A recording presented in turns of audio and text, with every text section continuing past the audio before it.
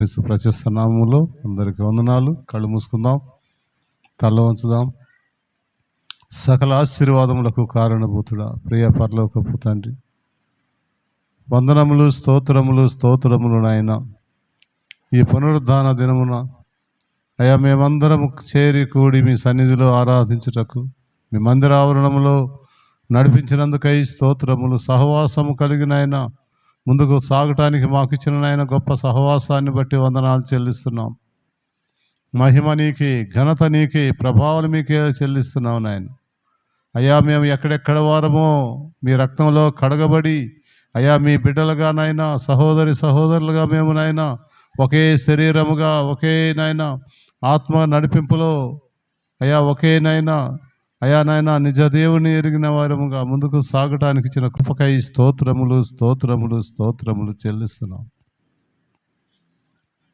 ఈ దినం వచ్చిన వారు అందరిని బట్టి కృతజ్ఞతాస్తుతులు, స్తోత్రములు చెల్లిస్తున్నాం. ఇంకా వస్తున్న వారు త్వరపడి రావడానికి నాయన వారికి ఉన్న అడ్డుల ఆటంకాలు తొలగించి త్వరగా రావడానికి సహాయం చేయండి. నూతనాత్మను నడిపించండి. వందనాలు చెల్లిస్తున్నాం. పాటలు పాడుతుండగా స్వరములను ముట్టు.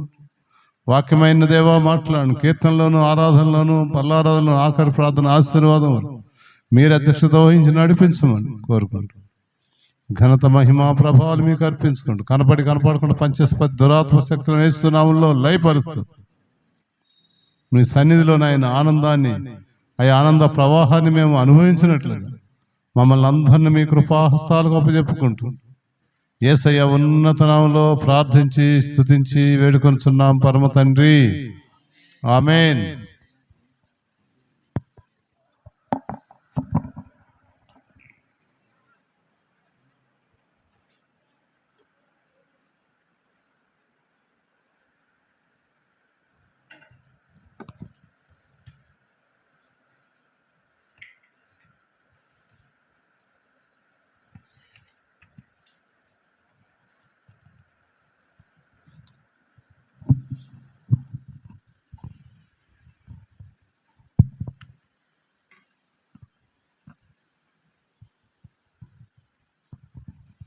దేవునికి స్తోత్రం గానం చేయటే మంచిది.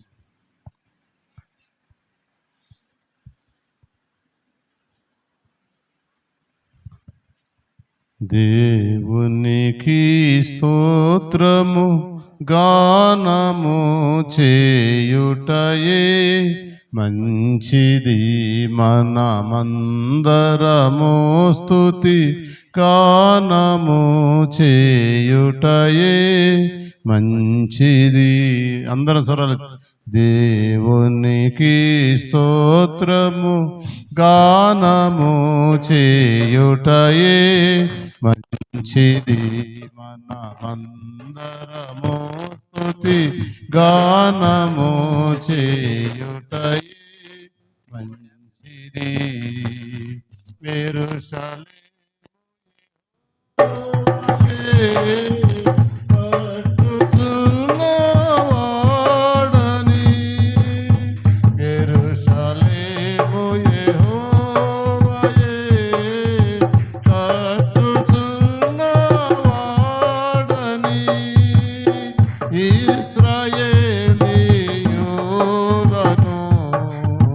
పోగు చేయు వాడని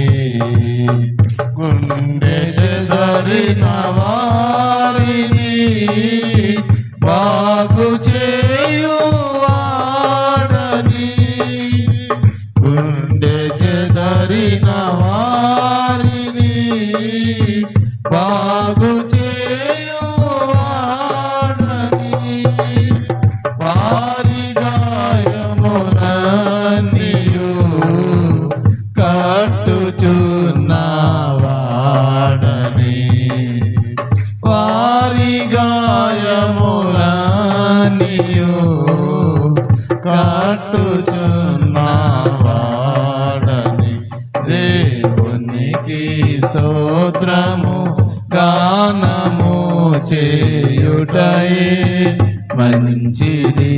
మనమందరము స్తుతి గానము చేయుటయే మంచిది. నక్షత్రముల సంఖ్యను ఆయనే నియమించును. నక్షత్రముల సంఖ్యను ఆయనే నియమించును. వాటికన్నియు పేరులు పెట్టుచున్నవాడని వాటికన్నియు పేరులు పెట్టుచున్నవాడని దేవునికి స్తోత్రము గానము చేయుటయే మంచిది. మనమందరము స్తుతి గానము చేయుటయే మంచిది. ప్రభువు గొప్ప వాడును, అధిక శక్తి సంపన్నుడు.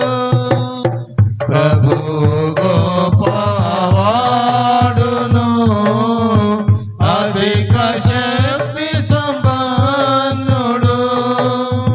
జ్ఞానులను ఆయనే మితియులేని వాడని జ్ఞానమునకు ఆయనే మితియులేని వాడని దేవునికి స్తోత్రము గానము చేయుటయే మంచిది. మనమందరము స్తుతి గానము చేయుటయే మంచిది.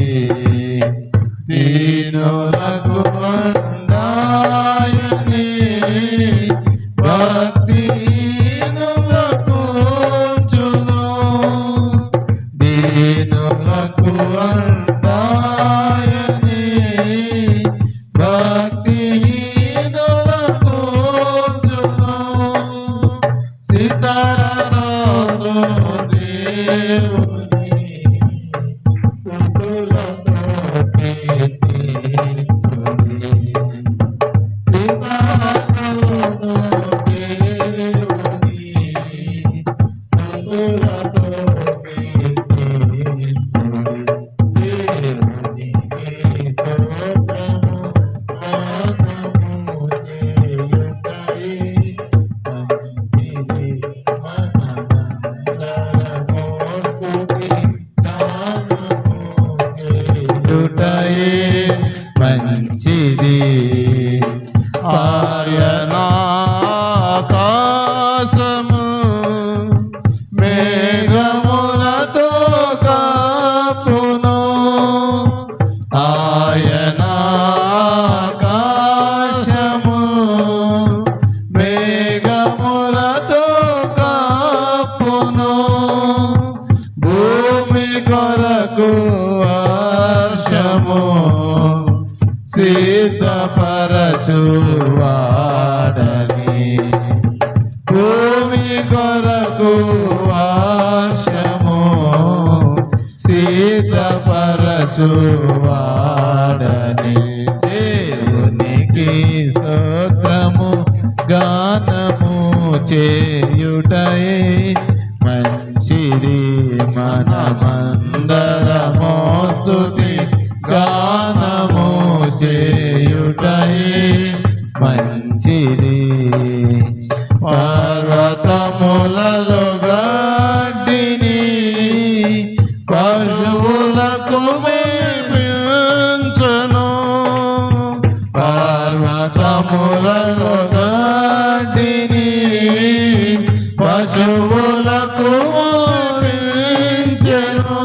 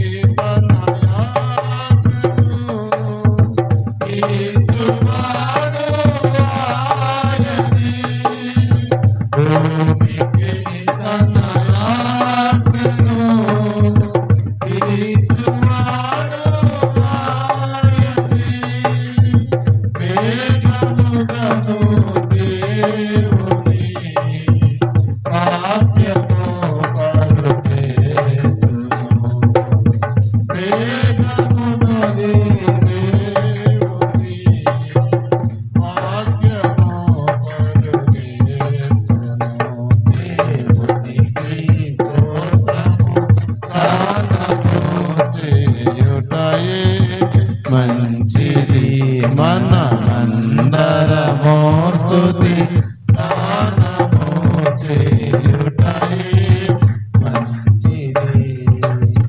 వాక్యమును యాకోబుకు తెలియజేసిన వాడని, వాక్యమును యాకోబుకు తెలియజేసిన వాడని, ఏ జనము ప్రియాగునా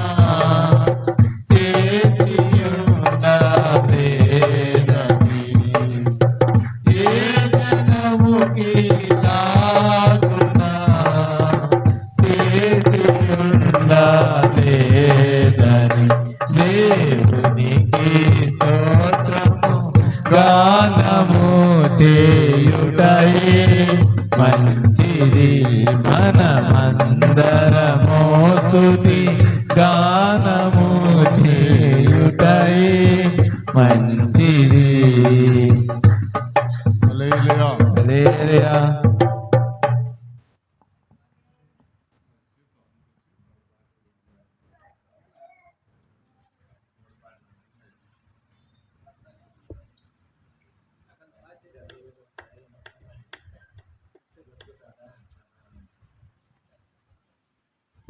హల్లెలూయా. భజన చేయుచు భక్త పాలక ప్రస్తుతింతుని నామమును. భజన చేయుచు భక్త పాలక ప్రస్తుతింతుని నామమును. దుర్జనములపై జయమునిచ్చిన, దుర్జనములపై జయమునిచ్చిన విజయుడా నిన్ను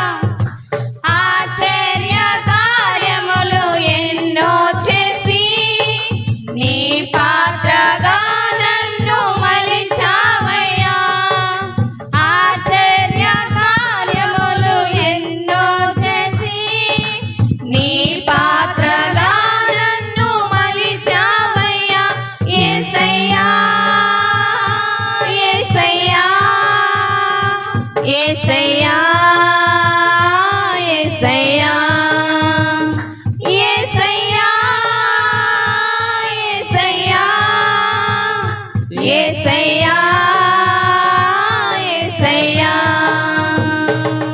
సదాకాలము నీతో నేను జీవించెదను యేసయ్యా సదాకాలము నీతో నేను జీవించెదను యేసయ్యా.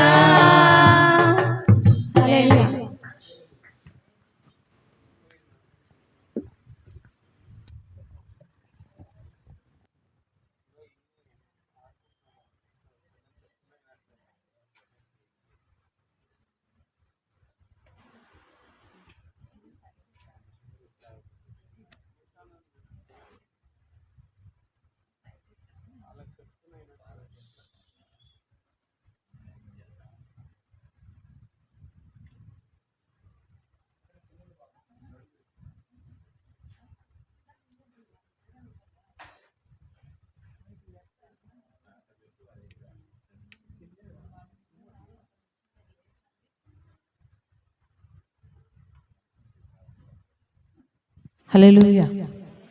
దేవుని నామానికి మహిమ కలుగును గాక. మరి ఒక పాటను పాడి దేవుని నామాన్ని గణపరుద్దాం.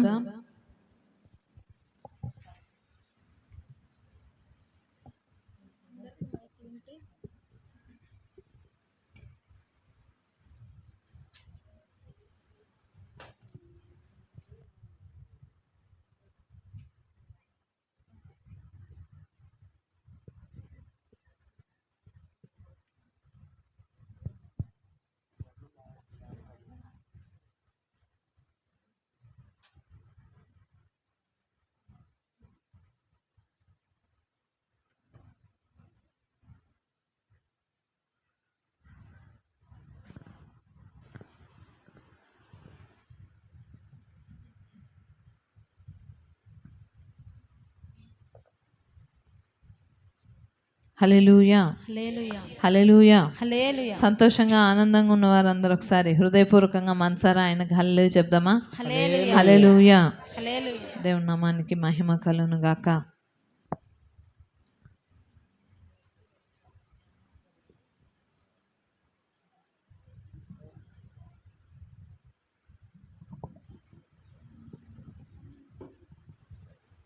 హల్లెలూయా.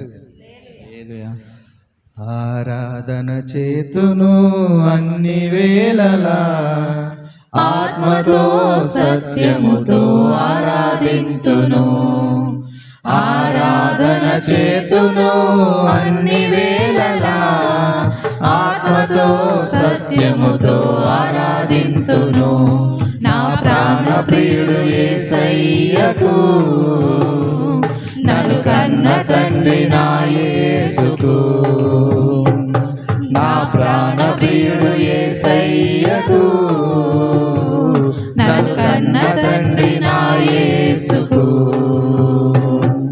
స్తుతి స్తుతి స్తుతి స్తుతి ఆరాధన. హల్లెలూయా హల్లెలూయా ఆరాధన. స్తుతి స్తుతి స్తుతి స్తుతి ఆరాధన. హల్లెలూయా హల్లెలూయా ఆరాధన. ఆరాధన ఆరాధన ఆరాధన ఆరాధన ఆరాధన ఆరాధన ఆరాధన ఆరాధన. ఆరాధన చేతును అన్ని వేళలా ఆత్మతో సత్యముతో ఆరాధింతును. ఆరాధన చేతును అన్ని వేళలా ఆత్మతో సత్యముతో ఆరాధింతును. బలవంతుడా జయశీలుడా మృత్యుంజయుడా నా జీవనదాత. బలవంతుడా జయశీలుడా మృత్యుంజయుడా నా జీవనదాత. ఉన్నవాడాను వాడానికే స్తోత్రము.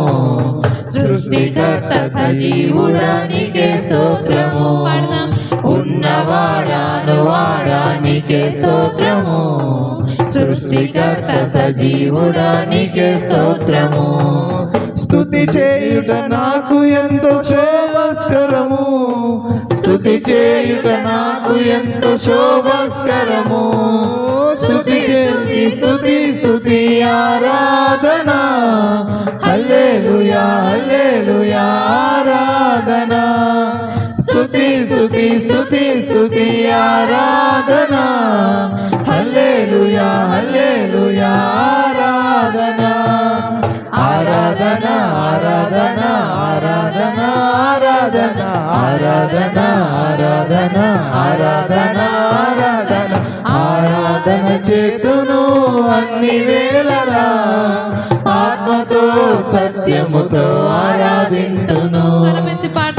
ఆరాధన చేతును అన్ని వేళలా, ఆత్మతో సత్యముతో ఆరాధింతును. నీతి సూర్యుడా నిజమైన దేవుడా, శక్తిమంతుడా సర్వశక్తిమంతుడా. నీతి సూర్యుడా నిజమైన దేవుడా, శక్తిమంతుడా సర్వశక్తిమంతుడా. నీవు తప్ప ఎవరు నాకు లేనే లేరయ్యా, నిన్ను తప్ప వేరెవరిని పూజింపనయా. నీవు తప్ప ఎవరు నాకు లేనే లేరయ్యా, నిన్ను తప్ప వేరెవరిని పూజింపనయా. నిత్యము నీ నామమునే స్తుతించెదను, నిత్యము నీ నామమునే స్తుతించెదను. స్తుతి స్తుతి స్తుతి స్తుతి ఆరాధన, హల్లెలూయా హల్లెలూయా ఆరాధన. స్తుతి స్తుతి స్తుతి స్తుతి ఆరాధన, హల్లెలూయా హల్లెలూయా ఆరాధన. ఆరాధన ఆరాధన ఆరాధన ఆరాధన ఆరాధన ఆరాధన ఆరాధన ఆరాధన. ఆరాధన చేతును అన్ని వేళలా, ఆత్మతో సత్యముతో ఆరాధింతును. ఆరాధన చేతును అన్ని వేళలా, ఆత్మతో సత్యముతో ఆరాధింతును. హల్లెలూయా హల్లెలూయా హల్లెలూయా. దేంతో ఆరాధించాలంట చెప్పాలా? దేంతో ఆరాధించాలంట? ఆత్మతో సత్యం. ఆత్మతో సత్యముతో ఆయనను అన్ని వేళలా ఆరాధిస్తానని భక్తుడు చెప్తున్నాడు. ఆయన సర్వశక్తిమంతుడంట, ఆయన నీతి సూర్యుడంట, ఆయన నిజమైన దేవుడంట. భక్తుడు అంటున్నాడు, నీవు తప్ప ఎవరు నాకు లేనే లేరయ్యా, నిన్ను తప్ప వేరేవని పూజింపనయ్యా. అది మరి పాడుతున్నప్పుడు ఎంత కష్టంగా పాడుతున్నారు తెలుసా? ఒకవేళ హృదయపూర్వకంగా మనసారా ఆయనను మనం అంగీకరిస్తే మన హృదయంలోంచి వస్తుంది ఈ మాట, అయ్యా నిన్ను తప్ప నేను ఎవరిని పూజింపను. హల్లెలూయా. పాడదాం ఒకసారి 2వ వచనం. నీతి సూర్యుడా నిజమైన దేవుడా శక్తిమంతుడా సర్వశక్తిమంతుడా అనేది అన్నవాళ్ళు పాడతారు. రెండోసారి మనమందరం స్వరం ఎత్తి హృదయమారా మనసారా దేవుణ్ణమని గనపరుద్దాం. నీతి సూర్యుడా నిజమైన దేవుడా, శక్తిమంతుడా సర్వశక్తిమంతుడా. నీతి సూర్యుడా నిజమైన దేవుడా, శక్తిమంతుడా సర్వశక్తిమంతుడా. నీవు తప్ప ఎవరు లేరయ్యా, నిన్ను తప్ప వేరెవరిని పూజింపనయా. నీవు తప్ప ఎవరు నాకు లేనే లేరయ్యా, నిన్ను తప్ప వేరెవరిని పూజింపనయా. నిత్యము ఎవరు నాకు లేనే లేరయ్యా, నిన్ను తప్ప వేరెవరిని పూజింపనయా. నీవు తప్ప ఎవరు నాకు లేనే లేరయ్యా, నిన్ను తప్ప వేరెవరిని పూజింపనయా. నిత్యము నీ నామమునే స్తుతించెదను, నిత్యము నీ నామమునే స్తుతించెదను. స్తుతి స్తుతి స్తుతి స్తుతి ఆరాధన, హల్లెలూయా హల్లెలూయా ఆరాధన.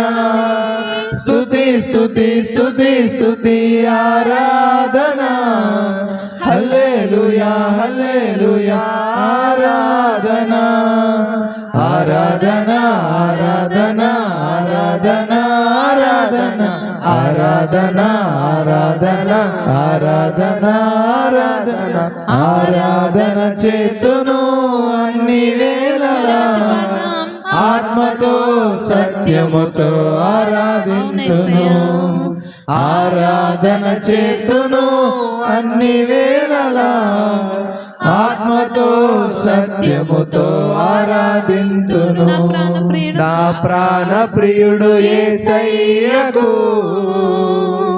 నన్ను కన్న తండ్రి నా యేసుకు నమ్మి పాడతావా నా ప్రాణ ప్రియుడు యేసయ్యకు నన్ను కన్న తండ్రి నా యేసుకు హల్లెలూయా హల్లెలూయా.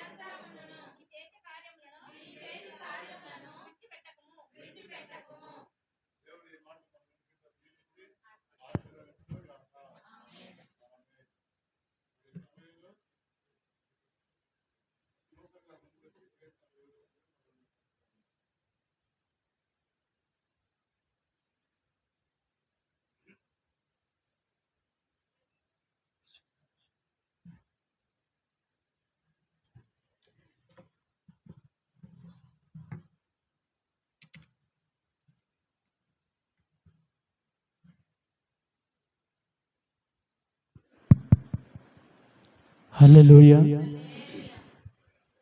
దేవునికి మహిమ కలుగునుగాక. చదివిన కీర్తన భాగంలో నుండి మనం కొన్ని విషయాలు ధ్యానం చేసుకుందాం. చిన్న ప్రార్థన చేసుకుందాం. మహాపరిశుద్ధుడు అయిన మా ప్రభువా తండ్రి, నీకు వందనాలు, స్తుతులు, స్తోత్రాలు. కృపగల దేవా, నీకు వందనాలు, స్తుతులు, స్తోత్రాలు. దయగల తండ్రి, నీకు వందనాలు, స్తుతులు, స్తోత్రాలు. జీవాధిపతి, నీకు వందనాలు, స్తుతులు, స్తోత్రాలు. జ్ఞానమిచ్చువాడా, నీకు వందనాలు, స్తుతులు, స్తోత్రములు తండ్రి. నీ జ్ఞానము చొప్పున మా ప్రభు నా తండ్రి చదివిన లేఖన భాగములో నుంచి ప్రభా నా తండ్రి దేవా, మీరే మాకు మా ప్రభు నా తండ్రి విశదపరిచి నా ద్వారా మీరు మాతో మాట్లాడమని, మహిమ తెచ్చుకోమని నజరేయుడైన యేసుక్రీస్తు నామమున కృతజ్ఞతాస్తుతులు చెల్లించుకుని ప్రార్థించి వేడుకొంచున్నాను నా పరమ తండ్రి. ఆమేన్. మొదటి వచనం చదువుతారా? నేను నా పూర్ణ హృదయముతో నీకు కృతజ్ఞతాస్తుతులు చెల్లించుచున్నాను, దేవతల ఎదుట నిన్ను కీర్తించెదను. ఇప్పుడే మనం పాడుకున్నాం కదండి, ఆత్మతోనూ సత్యముతోనూ దేవుణ్ణి ఆరాధన చేయాలి అని కదా. ఆత్మతోనూ సత్యముతోనూ దేవుని ఆరాధన చేయాలి. ఇక్కడ ఏమన్నాడు? పూర్ణ హృదయముతో. హల్లెలూయా. పూర్ణ హృదయముతో దేవుణ్ణి ఆరాధన చేయాలంట.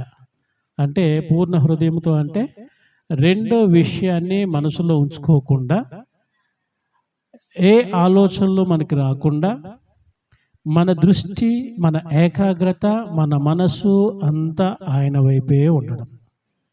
హల్లెలూయా. కాబట్టి నా పూర్ణ హృదయముతో, నేను నా పూర్ణ హృదయముతో అంటే నేను నా హృదయం అంటే ఒక విషయంలో రెండు విధాలుగా ఖండితంగా చెప్తున్నాడు. నేను నా పూర్ణ హృదయము అంటే నాలో ఉన్నటువంటి హృదయం ఏదైతే ఉందో అది నాది. నేను నా హృదయముతో నేను ఎలా చేస్తానంటాడు? పూర్ణ హృదయముతో. నీకేం చేయాలి? కృతజ్ఞతాస్తుతులు. ఏ విషయంలో కృతజ్ఞతాస్తుతులు చెల్లించాలి అంటే ఆయన చేసిన ప్రతి మేళ్లను బట్టి. హల్లెలూయా. ఆయన చేసిన ప్రతి మేలును బట్టి కృతజ్ఞతాస్తుతులు చెల్లించాలి. అలాగే దావీదు ఏం చేస్తున్నాడు? కృతజ్ఞతాస్తుతులు చెల్లిస్తూనే ఉన్నాడు. కాబట్టే ఆయన అంతగా దీవించబడ్డాడు. హల్లెలూయా. మనము దీవించబడాలి అంటే పూర్ణ హృదయముతో కృతజ్ఞత కలిగినటువంటి వారమై ఆయన నుండి పొందుకున్న ప్రతి మేలును బట్టి. అంటే ఈ దినం మనం బ్రతికున్నామంటే ఆయన కృప. హల్లెలూయా. ఈ దినము చూడనటువంటి వాళ్ళు ఎంతమంది ఉంటారు? అది మనకు తెలియాలంటే ఎక్కడికి వెళ్ళాలి? దేశాన్ని బరియల్ గ్రౌండ్కి వెళ్తే తెలుస్తుంది.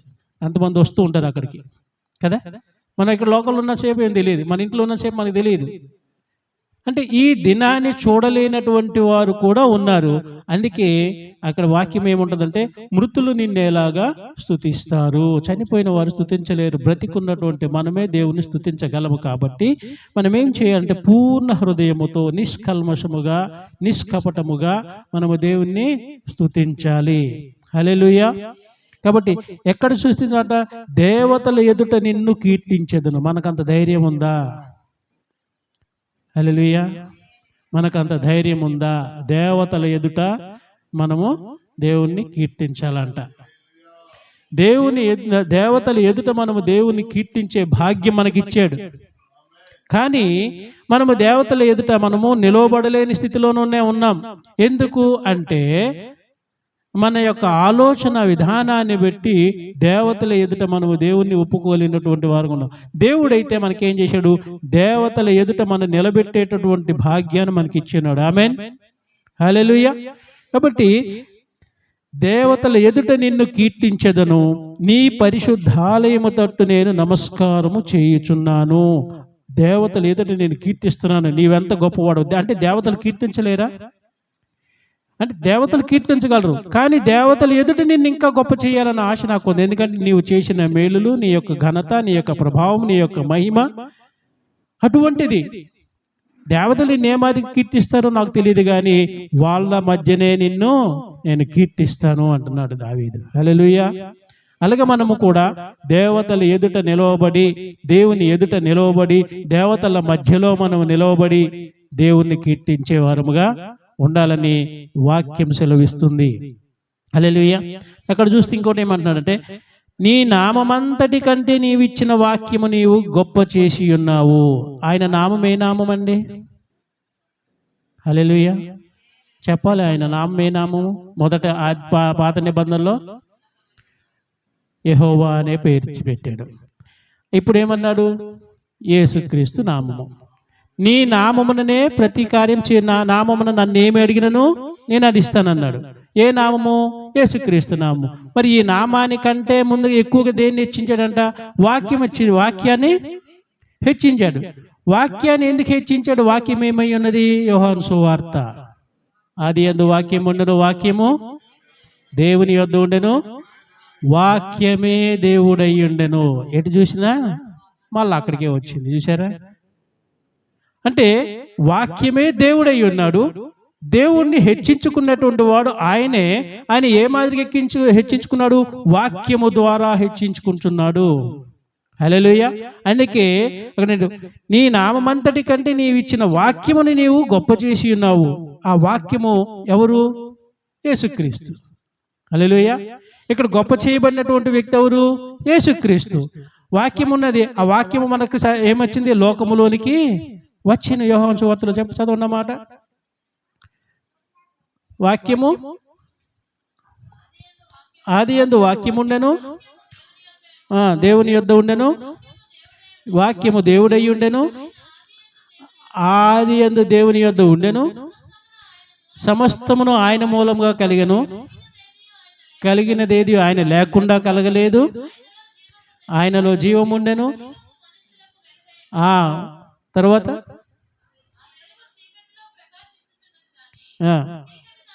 చీకటి దానిని గ్రహింపకుండెను. యోహాను. ఇక్కడ ఏంటంటే దేవుడు ఈ వాక్యం ఏమైనది? వెలుగై ఉన్నది. ఆ వెలుగు ఎక్కడికి వచ్చింది? మన మధ్యకు వచ్చింది. హల్లెలూయా. మనందరినీ వెలిగిస్తుంది. కాబట్టి ఆ వాక్యాన్ని ఆయన హెచ్చించి ఉన్నాడు, అది గొప్ప చేసి ఉన్నాడు. కాబట్టి మనం ఏం చేయాలంటే అంత గొప్ప ధన్యత కలిగినటువంటి మనము ఆయన ఎట్లా మనం స్తుతించాలంట? పూర్ణ హృదయముతో స్తుతించాలి. అందుకని ఏంటంటే ఆ విషయాన్ని చూసినట్లయితే 3వ వచనం, నేను మొర్రపెట్టిన దినమున నీవు నాకు ఉత్తరం ఇచ్చితివి, నా ప్రాణములో త్రాణ పుట్టించి నన్ను ధైర్యపరిచితివి. అంటే మనకి దేవుని మీద త్రాణ ఉండాలి. త్రాణ లేకపోతే మనం దేవుని స్తుతించలేం. ఆశ ఉండాలి. ఆ ఆశ లేకపోతే మనం దేవుని స్తుతించలేం. తర్వాత చూసినట్టయితే 4వ వచనంతో కింద వచనం చూస్తే, నీకు కృతజ్ఞతాస్తుతులు చెల్లించెదరు. ఎవరు? భూరాజులందరూ నీవు సెలవిచ్చిన మాటలు విని. అంటే దేవుని చెప్పిన మాటకు లోబడినటువంటి వారు ఏం చేస్తారంటే కృతజ్ఞతాస్తుతులు చెల్లిస్తారు. హల్లెలూయా. తర్వాత ఆయన ఎటువంటి వాడు? 5వ వచనం చదవండి. యెహోవా మహాప్రభావము గలవాడని వారు యెహోవా మార్గములను గూర్చి గానము చేసెదరు. దేవుడు మహాప్రభావము కలిగినటువంటి వాడు. అందుకే ఒకానొక సందర్భంలో రక్తస్రావం కలిగిన స్త్రీ ఏం చేసిందంటే యేసుక్రీస్తు ప్రభు వారు వెళ్తూ ఉంటుండగా ఆ మధ్యలో నుంచి అతి కష్టం మీద వెళ్ళి ఆయన చెంగు ముట్టగానే ఏమైంది? ఆయనలో నుండి ప్రభావము పోయిందని ఆయన అన్నాడు. నాలో నుండి ప్రభావం పోయింది అంటాడు. అంటే ప్రభావము కలిగినటువంటి దేవుణ్ణి మనం కలిగి ఉన్నాం. అటువంటి ప్రభావం కలిగిన దేవుణ్ణి మనం కలిగినటువంటి వారం అయినప్పుడు దేవుణ్ణి మనం ఏం చేయాలంటే కృతజ్ఞతాస్తుతులు చెల్లించేవారుగా ఉండాలి, ఆయన్ని కీర్తించేవారుగా ఉండాలి, ఆయనకి స్తుతి చెల్లించేవారుగా ఉండాలి. తర్వాత చూడండి, మహోన్నతుడైనను ఆయన చాలు మహోన్నతుడైనను, గొప్పవాడైనను, ధనవంతుడైనను, రాజైనను, రాజులకు రాజైనను. అక్కడ ఏమయ్యాడు? మహోన్నతుడైన ఆయన దీనులను లక్ష్య పెడుతున్నాడంట. మనము దీనులమా గొప్పలమా? మనకి ఇంత కలిగితే చాలు, నాకు ఉన్నదంతా లేదంటాం. మనకింత ఒక సామెత ఉంది, సరబోడు కాట ఒక పూట తింటుందంటే ఇంటి ఇల్లుకు కూర్చుంటాడట, ఆ రోజంతా పని చేయడంట. అంతే కదా? నాకేమయ్యా పని చేయమంటే నా వర్క్ ఉంది అంటే నాకు 3 రోజులకు సరిపోయింది తిండి ఉంది అంటాడట. అంటే ఎన్నెక్కిపోయి ఒక సామెత ఉంది అది. అంటే ఆ మాదిరిగా మన జీవితాలు ఉంటాయి. ఒక రోజు కష్టం వస్తే దేవా దేవా దేవా దేవా దేవని ప్రార్థన చేస్తాం, కానీ స్తుతించాం. దేవుని ఎప్పుడు కష్టములోనూ, బాధల్లోనూ, ఇబ్బందుల్లోనూ, ఆనందంలోనూ, సంతోషంలో, అన్ని విషయాలు కృతజ్ఞతాస్తుతులు చెల్లించాలని వాక్యం సెలవిస్తుంది. కాబట్టి మనకి బాధలు వచ్చినప్పుడు దేవుడు కావాలి, సంతోషం వచ్చినప్పుడు దేవుడు అవసరం లేదనే స్థితిలో మనము ఈ లోకంలో ఉంటున్నాం. అలా ఉండడానికి వీల్లేదు. అందుకే కష్టాలు వచ్చినా, బాధలు వచ్చినా, ఏదొచ్చినా దేవుని మనము ఆయన చేసిన మేలు, అంటే కష్టం వచ్చినప్పుడు దేవుడు గుర్తొస్తాడు. చేసిన మేలును పొందుకున్నటువంటి మనము ఏమవుతున్నాం, మర్చిపోతుంటాం. అది అయిపోయింది. ఉదాహరణకి నేను చెప్పాలంటే సింపుల్గా, మన కడుపు నిండినంత వరకు ఆకలి ఆకలి అని చెప్పి అక్కడెక్కడ పరిగెడతాం. ఒకళ్ళ ఇంటికి వెళ్తాం, వాళ్ళు భోజనం పెడతారు, భోజనం పెట్టిన తర్వాత తినేస్తాం. తినేసిన తర్వాత ఏం చేస్తామంటే ఆ టైం కడుపు నిండిపోయింది కదా, హాయిగా అనుకుంటాం, ఒక రెస్ట్ తీసుకుంటాం, వెళ్ళిపోతాం. వెళ్ళిపోయిన తర్వాత మళ్ళీ ఎప్పుడో ఆకలేసి బాగా కష్టపడి తప్పని పరిస్థితి వచ్చినప్పుడు అప్పుడు గుర్తు వస్తాడు అనమాట. అంటే దేవుడు కూడా మనకు అదే స్థితిలో ఉన్నాడు. ఆయన ఈ లోకానికి వచ్చి మన పాపముల నిమిత్తము, మన యొక్క దోషము నిమిత్తము ఆయన కలువరి శిలువలో ప్రాణం పెట్టి మనము పొందుకోలేనటువంటి రక్షణ మనం పొందుకోవడానికి అవకాశం ఇచ్చి నిత్య జీవానికి నడిపిస్తున్నటువంటి దేవుణ్ణి మనం ఏం చేయాలి, ఎల్లప్పుడూ జ్ఞాపకం చేసుకోవాలి. అందుకే మనం బల తీసుకునేటప్పుడు ఏమంటాడు, నన్ను జ్ఞాపకం చేసుకున్నట్టుగా దీనిని చేయుడి. హల్లెలూయా. అంటే ఆ బల ఇచ్చినప్పుడే కూడా మనం జ్ఞాపకం, తర్వాత మనం జ్ఞాపకం చేసుకోం. మనం ఇప్పుడు ఇందులో కూడా ఒక పాయింట్ ఉంది. బల్ల తీసుకునేటప్పుడు జ్ఞాపకం చేసుకుంటాం, మందిరకు వచ్చినప్పుడు జ్ఞాపకం చేసుకుంటాం, తర్వాత మనం జ్ఞాపకం, అంటే ఎల్ల వేళలా దేవుణ్ణి జ్ఞాపకం చేసుకొని ఆయన కృతజ్ఞతాస్తులు చెల్లించే వారముగా ఉండాలి. హల్లెలూయా. తర్వాత చదవండి, నేను ఆపదలో చిక్కుబడి ఉన్నను, నీవు నన్ను బ్రతికించెదవు. ఈ నిశ్చయత కలిగినటువంటి వారంగా ఉండాలి. ఇక్కడ నుంచి ఇది వేరే విషయం. అంటే మన నమ్మకము, మన విశ్వాసం అనేటటువంటిది ఇక్కడ తెలియబడుతుంది. అంటే ప్రతి విషయంలో మనము ఆ విశ్వాసము కలిగిన వారమై ఉన్నట్లయితే, అక్కడ ఏమన్నాడు చదవమ్మా, నేను ఆపదలో చిక్కుబడి ఉన్నను, నీవు నన్ను బ్రతికించెదవు. ఇక్కడ చెప్తున్న మాట చూస్తే, నేను ఆపదల్లో ఉన్న నన్ను బ్రతికిస్తావు, నేను కష్టాల్లో ఉన్న నన్ను తప్పిస్తావు, నేను బాధల్లో ఉన్న నన్ను ఓదారుస్తావు. ఈ నమ్మకము విశ్వాసం కలిగి మనం ఉంటే మనం ఏం చేస్తామంటే ప్రార్థన చేయం, దేవుని స్తుతిస్తాం. హల్లెలూయా. స్తుతించుట వలన మనం ఎన్నో మేళ్లు పొందుకుంటాం. ప్రార్థన చేసినందువల్ల అడిగింది పొందుకోవచ్చేమో కానీ స్తుతించినందువల్ల ప్రతిదీ పొందుకుంటాం. ఏంటి పొందుకుంటాం? నెమ్మది, శాంతి, సమాధానం. అవసరాన్ని బట్టి అక్కర్తలు కూడా పొందుకుంటాం. అవసరం లేని అక్కర్తలు మనకు దేవుడు ఇవ్వడు. మనం అవసరం లేని దానికి మనం ఎక్కువగా అడుగుతూ ఉంటాం. కాబట్టి దానికంటే ముందుగా అంటే దేవుని ఎల్లప్పుడూ మనం ప్రతి ఒక్క విషయంలో దేవుని ఆశీర్వాదం పొందుకోవాలన్నా, సంతోషము కావాలన్నా, ఆనందము కావాలన్నా, మనకున్నటువంటి బాధలు తొలగాలన్నా, బాధల్లో మనకు ఆనందము రావాలన్నా దేవుణ్ణి స్తుతించే వారికి మాత్రమే ఉంటుంది. హల్లెలూయా, హల్లెలూయా. కాబట్టి మనము దేవుణ్ణి ఎల్లప్పుడూ స్తుతించేవారుగా ఉండాలి. తర్వాత చూసినట్టే లాస్ట్ విషయంలో ఏమంటున్నారు చూడండి,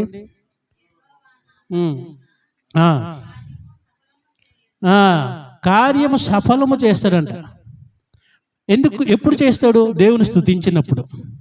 హల్లెలూయా. దేవుని స్తుతించినప్పుడు మన కార్యాలు ఆయన సఫలం చేస్తాడు.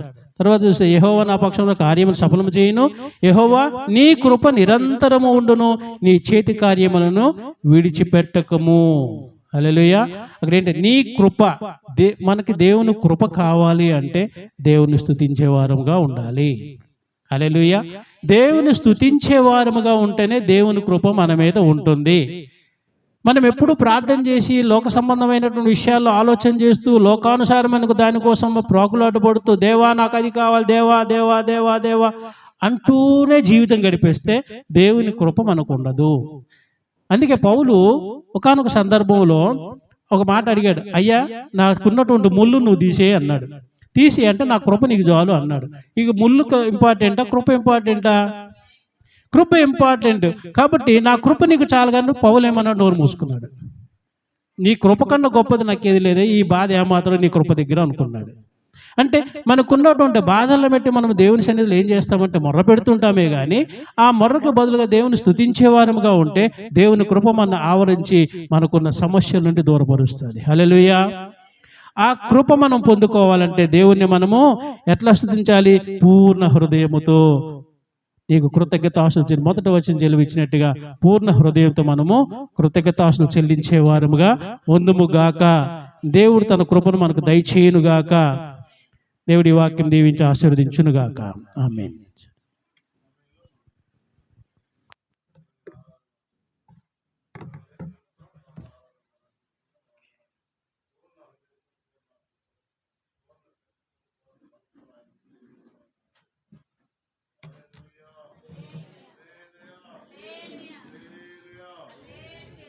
లేచి నిలబడదాం దేవుని సన్నిధిలో.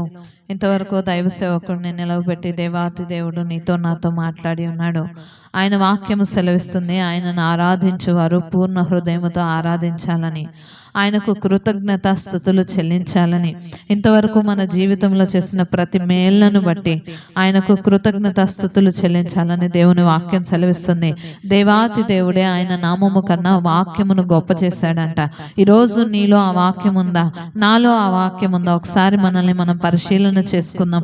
నిజమే, మనకున్న అవసరతలను బట్టి ఆయన ఎదుట మొరపెడుతున్నాం, కానీ ఆయనను స్తుతించుట మర్చిపోతున్నామేమో. ఆయన ఇచ్చిన మేళ్లను పొందుకొని ఆయన సన్నిధినే నిర్లక్ష్యం చేస్తున్నామేమో. ఈరోజు ఎన్నో కుర్చీలు ఖాళీగా ఉన్నాయి, వారి కోసం సమాధానం చెప్పాల్సిన అవసరత మన మీద ఉంది. ఈరోజు దేవాతి దేవుడు మనకు కావలసిన సమస్తమును ఇస్తే ఆయన మందిరమును నిర్లక్ష్యం చేస్తున్నాం, ఆయన సన్నిధిని నిర్లక్ష్యం చేస్తున్నాం, ఆయనను స్తుతించుట మానేస్తున్నాం.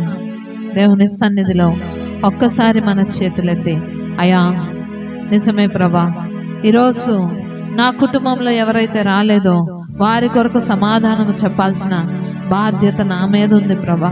నీవు మేము అడిగిన సమస్తమును ఇచ్చావు, నీకు కృతజ్ఞత స్తుతులు చెల్లించలేని పరిస్థితిలో మేము ఉన్నాం ప్రభా.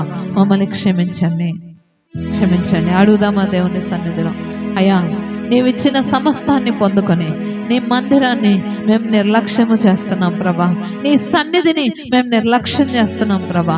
ఈరోజు ఆ రీతిగా ఉండకుండా నేను నా కుటుంబము యెహోషువ అన్నట్టుగా నేను నా కుటుంబము యెహోవాను సేవించదము. ఈరోజు నా కుటుంబంలో ఉన్న ప్రతి ఒక్కరు నీ సన్నిధికి రావాలయ్యా. వారిని నడిపించగలిగిన జ్ఞానమును నాకు దయచేయండి అయ్యా. మందిరానికి మనుషుల కొరకు కాదు కానీ నీ కొరకు రావాలయ్యా.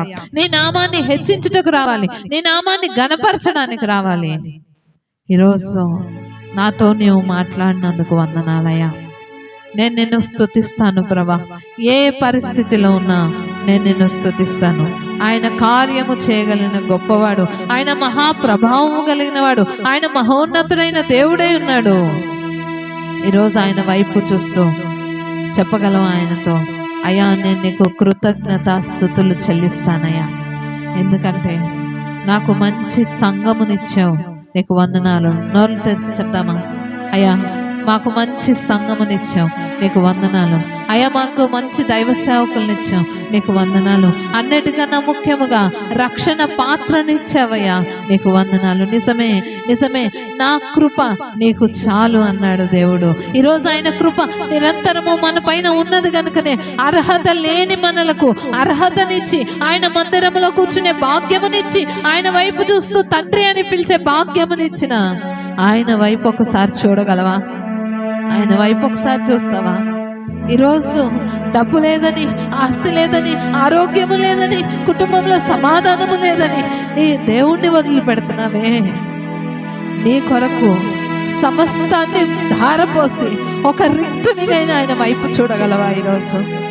నిజమే ప్రభా, ఏమీ లేకున్నా నా కొరకు ఈ లోకానికి నీవు దిగివచ్చావు, నీ రక్తాన్ని చిందించావు, నీ చివరి రక్త పొట్టు వరకు కార్చావు అయ్యా.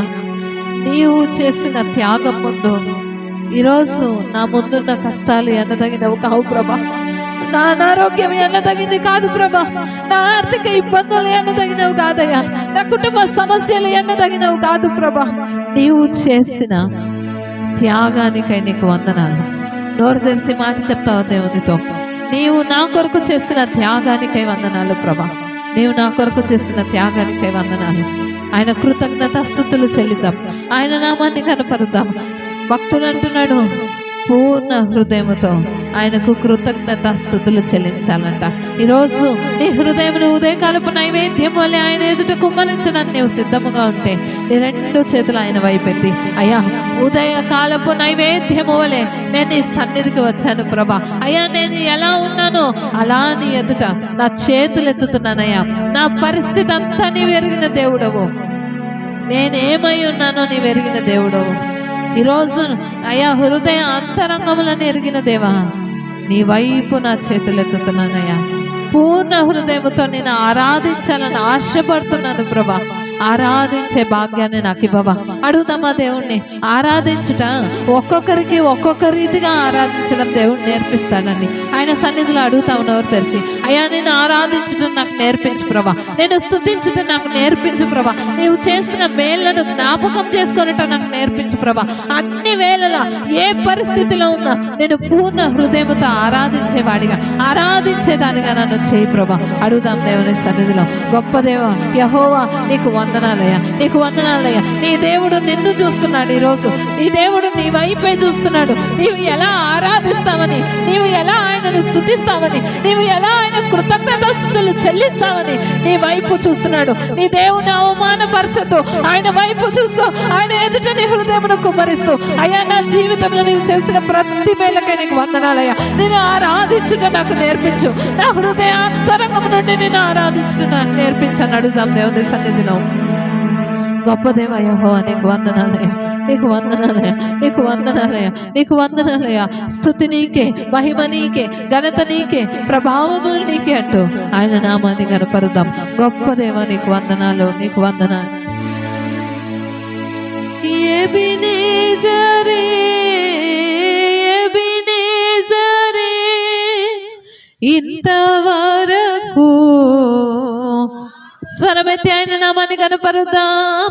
ఎబినేజరే, ఎబినేజరే, ఇంతవరకు ఆదుకొన్నావు. స్వరమెత్తి నన్ను ఇంతవరకు. నమ్మి పాడదామా? పూర్ణ శక్తితో పాడదాం, పూర్ణ బలముతో పాడదాం. నీకున్న శక్తిని అంతా కూడా పెట్టుకొని ఆయన నామాన్ని కనపరుస్తావా? ఆరాధింతు నిన్ను పూర్ణ బలముతో, ప్రేమించేదన్ నిన్ను పూర్ణ మనసుతో.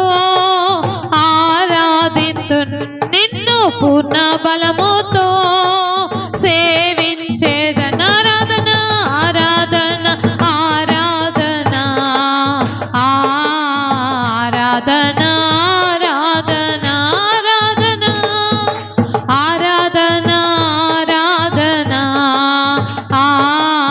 ఆరాధన ఆరాధన. ఎల్రోయి ఎల్రోయి నన్ను చూసావే వందనమయ్యా. నమ్ముతున్నావా? అవునయ్యా, నీవు నన్ను చూస్తున్నవాడా, నీకు వందనాలంటూ ఆయన నామాన్ని కనపరుద్దాం. వందనమయ్యా అయ్యా నన్ను చూసావే, వందనమయ్యా అయ్యా నన్ను చూసావే, వందనమయ్యా నిన్ను పూర్ణ మనసుతో ఆరాధింతు, నిన్ను పూర్ణ బలముతో ప్రేమించేదన్, నిన్ను పూర్ణ మనసుతో ఆరాధింతు, నిన్ను పూర్ణ బలముతో ప్రేమించేదన్. ఆరాధన ఆరాధన ఆరాధన ఆరాధన ఆరాధన. స్వరమెత్తి ఆరాధన ఆరాధన అయ్యా, ఆరాధనకు యోగ్యుడా, నీకు వందనాలు. ఆరాధన ఆరాధన. యెహోవా రఫా, యెహోవా రఫా, స్వస్థపరచవే వందనమయ్యా. యెహోవా రఫా, యెహోవా రఫా, స్వస్థపరచవే వందనమయ్యా. నన్ను స్వస్థపరచవే వందనమయ్యా, నన్ను స్వస్థపరచవే వందనమయ్యా. నిన్ను పూర్ణ మనసుతో ఆరాధింతు, నిన్ను పూర్ణ బలముతో ప్రేమించేదన్, నిన్ను పూర్ణ మనసుతో ఆరాధింతు, నిన్ను పూర్ణ బలముతో ప్రేమించేదన్.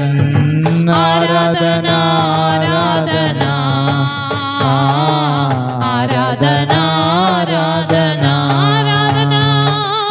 ఆరాధన ఆరాధన ఆరాధన ఆరాధన. యెహోవా నిసి, యెహోవా నిసి, జయమిచ్చవే వందనమయ్యా.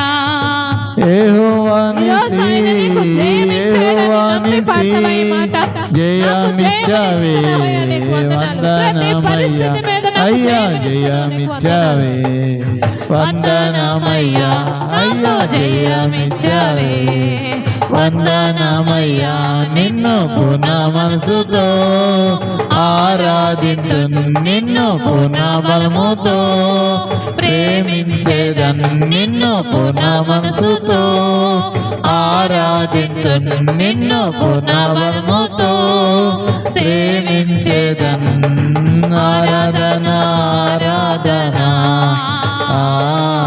ఆరాధన ఆరాధన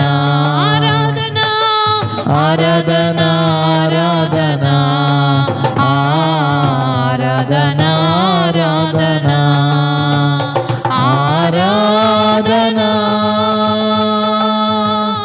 ఆరాధన ఆరాధన ఆరాధన హల్లెలూయా హల్లెలూయా హల్లెలూయా హల్లెలూయా. అవునయ్యా, నా జీవితంలో ఇంతవరకు నీవు చేసిన ప్రతి మేలను బట్టి నా పూర్ణ హృదయముతో నేను నీ కృతజ్ఞతాస్తుతులు చెల్లిస్తానయ్యా. చెప్తావా ఈరోజు ఆయన సన్నిధిలో నీ చేతులెత్తి నేను నా పూర్ణ హృదయముతో నీ కృతజ్ఞతాస్తుతులు చెల్లిస్తా. నాకున్నదంతా కోల్పోయినా అయ్యా నేను నీ కృతజ్ఞతాస్తుతులు చెల్లిస్తాను. ఎందుకంటే నాకు ఏమి అవసరమో, నాకు ఏది మేలైనదో, నాకేది మంచిదో నీవు ఎరిగిన వాడవయ్యా. నేను నమ్ముతున్నాను ప్రభా, నీ సన్నిధిలో సమస్తము కోల్పోయినా నేను నిన్ను ఆరాధించుట మానలే అయ్యా. నేను నిన్ను ఆరాధించుట మానలయ్యా. నా జీవితంలో నీవేది చేసినా మంచి చేస్తావయ్యా. నా జీవితంలో నీవు ఏది ఇచ్చినా మంచిగా ఇస్తావయ్యా. నా జీవితంలో ఈ రోజున్న ప్రతికూల పరిస్థితి కూడా నీవు అనుమతించిందని నేను నమ్ముతున్నాను. ఈ పరిస్థితిలో కూడా నేను నిన్ను స్తుతిస్తాను, నేను నిన్ను స్తుతిస్తాను. చెప్తావా దేవునితో, అయ్యా నేను నిన్ను స్తుతిస్తాను, నిన్ను స్తుతిస్తాను. కొండలలో లోయలలో అడవులలో ఎడారులలో కొండలలో లోయలలో అడవులలో ఎడారులలో నన్ను గమనించినావా, నన్ను నడిపించినావా, నన్ను గమనించినావా, నన్ను నడిపించినావా. యేసయ్యా యేసయ్యా యేసయ్యా యేసయ్యా నిన్నే నిన్నే నే కొలుతునయ్యా. నీవే నీవే నా రాజు అయ్యా. నిన్నే ఈరోజు నీ జీవితంలో ఆయనకి రాజు స్థానాన్ని నీవు ఇవ్వగలిగితే నీ ప్రతి పరిస్థితిని మార్చే దేవుడు ఆయన. రాజు అయ్యా యేసయ్యా యేసయ్యా యేసయ్యా. ఆత్మీయులే నన్ను అవమానించగా, అన్యులే నన్ను అపహసించగా, ఆత్మీయులే నన్ను అవమానించగా, అన్యులే నన్ను అపహసించగా, నందని వైటివయ్యా నా కొండ నీవే యేసయ్యా అండ నీవైతివయ్యా నా కొండ నీవే యేసయ్యా యేసయ్యా యేసయ్యా యేసయ్యా యేసయ్యా యేసయ్యా స్వరమెత్తి పలుకుదాం. యేసయ్యా ఈరోజు ఆ నామములో స్వస్థత ఉంది. యేసయ్యా ఆ నామములో విడుదల ఉంది. ఆ నామములో యేసయ్యా సమాధానం ఉంది కనుక యేసయ్యా. నిన్నే నిన్నే నే కొలుతునయ్యా నీవే నీవే నా రాజువయ్యా నిన్నే నిన్నే నే కొలుతునయ్యా నీవే నీవే నా రాజువయ్యా యేసయ్యా యేసయ్యా యేసయ్యా. ఆయన సన్నిధిలో మన రెండు చేతులెత్తి, అవును ఆయన కొండల గుండా నేను వెళ్తున్నా, లోయల వంటి పరిస్థితులు నా జీవితంలో ఉన్నా, నీవు నన్ను చూసావు. ఆమేన్ చెప్దామా? నీవు నన్ను చూసావు. ఆమేన్ ఆమేన్. ఆయన ఈరోజు నిన్ను చూస్తున్నాడు. ఆయన నీ పరిస్థితిని గమనిస్తున్నాడు. నీవున్న స్థితిగతులను ఎరిగిన దేవుడు ఆయన. కాబట్టి ఈ పరిస్థితిలో మన చేతులెత్తి ఆయనతో ఒక్క మాట, అయ్యా నేనే పరిస్థితిలో ఉన్నానో ఆ పరిస్థితిలో నేను నా చేతులు ఎత్తుతున్నానయ్యా. నా అండగా నీవు నిలబడ్డావు, నా ధైర్యముగా నీవు నిలబడ్డావు. ఈరోజు నా జీవితం మీద నా రాజుగా, నా ప్రియుడిగా, నా తండ్రిగా సర్వ అధికారము నేను నీకు ఇస్తున్నాను. ఈరోజు నీవు ఈ మాట నీ నోరు తెరిచి చెప్పగలిగితే, అది ఆర్థిక ఇబ్బంది అయినా, అనారోగ్యమైన, కుటుంబ సమస్యలైనా, అసమాధానమైన ఆయన తీరుస్తాడు. హల్లెలూయా. ఆయన తీరుస్తాడు, ఆయన తీరుస్తాడు. ఆయన మహోన్నతుడైన దేవుడు అంట, ఆయన మహాప్రభావము కలిగిన దేవుడు అంట. ఆయన వైపు చూస్తే మాట చెప్తావా? అయ్యా నా జీవితం పైన నీవు రాజుగా ఉండయా, నా తండ్రిగా నువ్వు ఉండయా, నా ప్రభువుగా నీవు ఉండవా. అయ్యా నా మీద సర్వ అధికారము నేను నీకు ఇస్తున్నానయ్యా. అయ్యా నన్ను నేను పూర్తిగా నీకు అప్పగించుకుంటున్నానయ్యా. ఇక మీదట నీ చిత్తమే నా జీవితంలో జరగాలి. ఇక మీదట నీ చిత్తమే మా కుటుంబంలో జరగాలి. ఇక మీదట నీ చిత్తమే మా సంఘములో జరగాలి. అడుగుదామా దేవుని సన్నిధిలో? అయ్యా నీ చిత్తం, నీ చిత్తం, నీ చిత్తం మేమందరము నెరవేర్చుదుము గాక. నీ చిత్త ప్రకారము మేమందరము నడుచుదుము గాక. మా ప్రాణమున్నంత వరకు, మేము మట్టిలో కలిసిపోయేంత వరకు నిన్ను పూర్ణ హృదయముతో ఆరాధించుదుము గాక. నీకు కృతజ్ఞత స్థుతులు చెల్లించుదుము గాక. నీ యొద్ద అడిగి పొందుకుందుము గాక. అట్టి ఆత్మను మా అందరి మీద కుమ్మరించమని నజరేయుడనే యేసునామం పేరట ఈ చిన్ని స్తుతి ఆరాధన సమర్పిస్తున్నాము తండ్రి. ఆమేన్ ఆమేన్ ఆమేన్. హల్లెలూయా. కూర్చుందాం.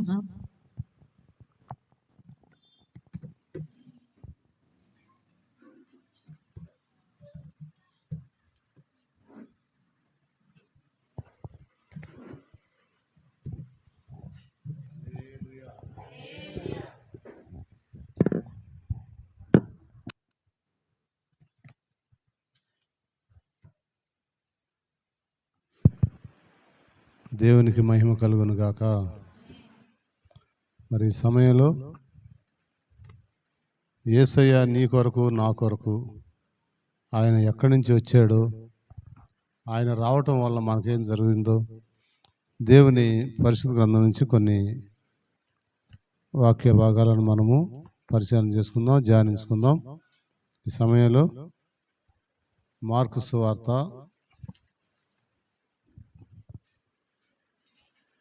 1వ అధ్యాయము 38వ వాక్యాన్ని మనం చదువుకుందాం.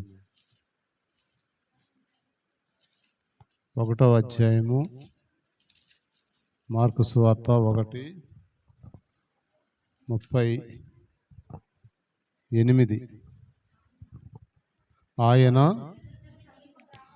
ఇతర సమీప గ్రామములలోనూ నేను ప్రకటించినట్లు వెళ్ళుదము రండి, ఇందు నిమిత్తమే కదా నేను బయలుదేరి వచ్చినని వారితో చెప్పాను.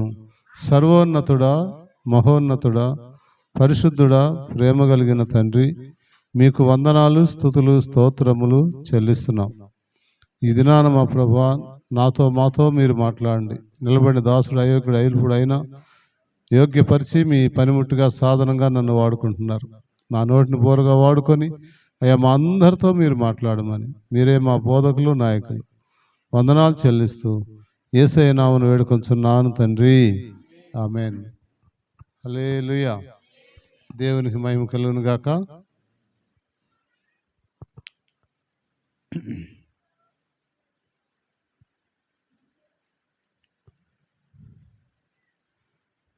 చూడండి, ఆయన ఈ లోకానికి ఎందుకు వచ్చాడు? ప్రకటించడానికి వచ్చాడు. ఏమి ప్రకటించడానికి వచ్చాడు? చూద్దామా? మత్తయి సువార్త 4:17. మత్తయి సువార్త 4:17. ఆ 17. అప్పటి నుండి యేసు పరలోక రాజ్యము సమీపించి ఉన్నది గనుక మారు మనసు పొందుడని చెప్పుచు ప్రకటింప మొదలుపెట్టాను. ఇక్కడేమన్నాడు? ఆయన ఇతర గ్రామముల సమీప గ్రామములలోనూ నేను ప్రకటించున్నట్లు వెళ్ళుదము రండి, ఇందు నిమిత్తమే కదా నేను బయలుదేరి వచ్చిందని చెప్పాడు. ఎక్కడి నుంచి బయలుదేరి వచ్చాడు? పరలోకం నుంచి భూలోకానికి నిన్ను నన్ను వెతుక్కుంటూ ఆయన వచ్చాడు. మనం వెళ్ళాల, మనం ఆయన కనపడక వెతుకుతూ తిరుగుతున్నాం ఇక్కడ, అవునా? చెట్టల్లో, రాళ్ళల్లో, జంతువుల్లో, పక్షుల్లో, వాటిలో మనం వెతుకుతూ ఉన్నాం దేవుణ్ణి, అవునా కదా? వెతుకుతున్న మానవాళి కొరకు దేవాతి దేవుడు ఈ లోకానికి ఆయన బయలుదేరి గ్రామాలలో, సమీప గ్రామాలలో ప్రకటించడానికి వెళదాం రండి అని శిష్యులను 12 మందిని ఏర్పరచుకొని మనం వెళదాం రండి అని ఆయన వెళదాం రండి అని చెప్పాడు. అందుకే వచ్చాను అని చెప్తున్నాడు. ఎందుకు వచ్చాడా అంటే ఆయన దేవుని రాజ్యము సమీపించి ఉంది, ఆ రాజ్యంలో చేరాలి. ఇప్పుడు భారతదేశంలో నువ్వు ఉన్నావంటే నీ గుర్తేంటి? Aadhaar card, ration card, vote. నీ ఓటు వేయటం వల్ల నువ్వు భారతదేశ సభ్యుడని గుర్తు, అవునా? ఆధార్ కార్డును బట్టి మరి ఈ దేశంలో నువ్వు జీవించడానికి రేషన్ కావాలి కాబట్టి రేషన్ కార్డు బట్టి ఇలాగా రకరకాల గుర్తులు మనకి ఉన్నాయి ఈ లోకంలో నివసిస్తున్నట్టుగా, అవునా? కానీ పరలోక రాజ్యంలోకి వెళ్ళాలంటే మన మనసు మారాలి అంటున్నాను. మన మనసు మారాలి. నువ్వు ఇక్కడ ఎతుకుతున్నావు, చెట్లలో, రాళ్ళల్లో, రప్పల్లో ఎతుకుతున్నావు, కానీ అక్కడ కాదు నేనుంది. నీ ఆత్మతో, నీ పూర్ణ ఆత్మతో, పూర్ణ బలంతో, పూర్ణ శక్తి. ఇప్పుడు మనం పాడుకున్నాం కదా, ఆయన్ని ఆరాధించాలి, కీర్తించాలి. అంటే మనము ఆయన రాజ్యంలోకి చేరాలి. ఆయన రాజ్యంలో చేరాలంటే మారు మనసు పొందాలి. అందుకే నేను వచ్చాను, అది ప్రకటించడానికే వచ్చానని చెప్తున్నాడు. అందుకే నేను వచ్చానని చెప్తున్నాడు. ఇంకా చూడండి, లోకా సువార్త 19:10.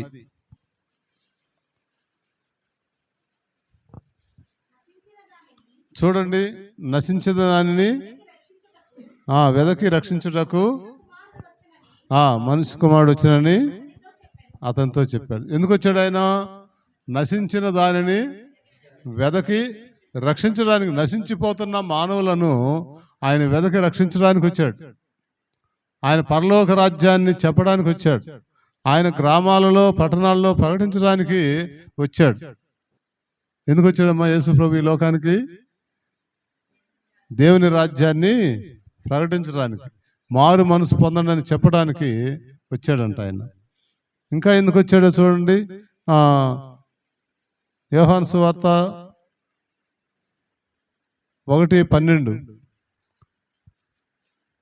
ఆయన నశించి దాన్ని వెదకి రక్షించడానికి వచ్చాడు. ఆ రక్షణ తన్ను ఎందరు అంగీకరిస్తారో వారందరికీ, అనగా తన నామమందు విశ్వాసముంచిన వారికి, దేవుని పిల్లలకు, చూడండి, ఆయన ఎందరైతే అంగీకరిస్తారో, నా కొరకు వచ్చాడు, నా మారు మనసు కొరకు ఆయన ప్రకటించాడు, నేను దేవుని రాజ్యంలో చేరాలని చెప్తున్నాడు, కాబట్టి ఆయన్ని ఎందరైతే విశ్వసిస్తారో వారందరూ దేవుని పిల్లలంట. ఆయన పిల్లలుగా మనం దేవుని కుమారుడుగా వచ్చాడు, మనం కూడా ఆయన సహోదరులుగా ఉండటానికి ఆయన ఇష్టపడుతున్నాడు. ఎందరు అంగీకరిస్తారో వారందరూ కూడా దేవుని రాజ్య పిల్లలు అంటున్నాడు. ఇంకా చూడండి, మార్కు సువార్త 2:17 మాట అంటాడు.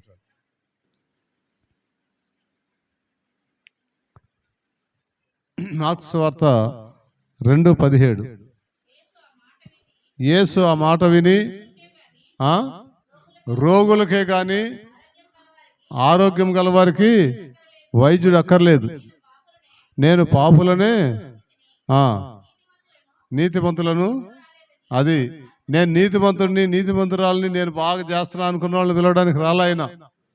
ఎవరైతే వేదనలో ఉన్నారో, ఎవరైతే దారి తప్పారో, ఎవరైతే రోగంలో ఉన్నారో వారిని బాగు చేయడానికి, వారిని పిలవడానికి వాళ్ళకి అవసరం వైద్యుడు అని చెప్పడానికి వచ్చాడు ఆయన. నేను పాపులనే పిలవచ్చి తిని అని చెప్తున్నాడు. పరలోక రాజ్యాన్ని ప్రకటించడానికి వచ్చానని చెప్తున్నాడు. పరలోక రాజ్యం సమీపించినదని చెప్పడానికి ఆయన వచ్చానని చెప్తున్నాడు. ఇంకా ఏం చెప్తున్నాడు ఆయన? యోహాను సువార్త 10:10 చూడండి. యోహాను 10:10 పాపులను పిలవడానికి నేను వచ్చాను, రోగులకి వైద్యుడు అవసరం కాబట్టి నేను వైద్యుడిగా వచ్చానని చెప్తున్నాడు. నీతిమంతులు కాదు పిలవడానికి నేను వచ్చింది, ఎవరైతే అలా ఉంటారో వారిని నేను పిలవడానికి వచ్చాను అంటున్నాడు. ఇంకా ఏమంటున్నాడు? యోహాను 10:10 దొంగతనమును, హత్యను, నాశనమును. చూడండి, దొంగ ఏం చేస్తాడంటే నాశనం చేయడానికి, హత్య చేయడానికి, మనల్ని రోగాల పాలు చేయడానికి వస్తాడు దొంగ. కానీ నేను వాడు దేనికి రాడు? గొర్రెలకు చూడండి, గొర్రెలకు జీవము కలుగుటకును, అది సమృద్ధిగా కలుగుటకును. చూడండి, నేను గొర్రెలకు జీవమును, మనల్ని గొర్రెలతో పోల్చాడు ఆయన. ఆ గొర్రెలకు మంచి జీవాన్ని, ఆ జీవం కొద్ది కాదు సమృద్ధిగా ఇవ్వడానికి వచ్చాడంటున్నాడు. అంటే యుగయుగాలు ఆయన జీవింపజేయడానికి మనలను ఆయన వచ్చాడని చెప్తున్నాడు. దొంగ అయితే దోసుకోవడానికి, హత్య చేయడానికి వస్తాడు, వాడు నాశనం చేయడానికి వస్తాడు. కానీ నశించిన దాన్ని రక్షించడానికి నేను వచ్చానని చెప్పాడు. మరలా జీవాన్ని ఇవ్వడానికి, ఆ జీవం కూడా సమృద్ధిగా ఇవ్వడానికి వచ్చానని చెప్తున్నాడు. అందుకే నేను వచ్చానని చెప్తున్నాడు ఆయన. ఎందుకు నేను వచ్చానంటే, యేసయ్య ఎందుకు వచ్చానంట? ప్రకటించడానికి, బాగు చేయడానికి, నశించిపోయిన దాన్ని బాగు చేయడానికి. అంత మాత్రమే కాదు, మనలను మంచి జీవంలో జీవింపజేయడానికి వచ్చానంటున్నాడు. అది సమృద్ధి జీవం ఇవ్వడానికి వచ్చానంటున్నాడు. ఇంకా ఏమంటున్నాడు? మత్తయి సువార్త 20:28 ఏమంటున్నాడు చూడండి.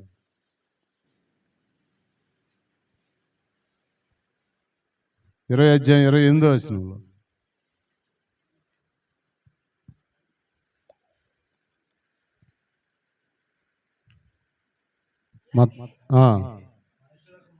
మనుష్య కుమారుడు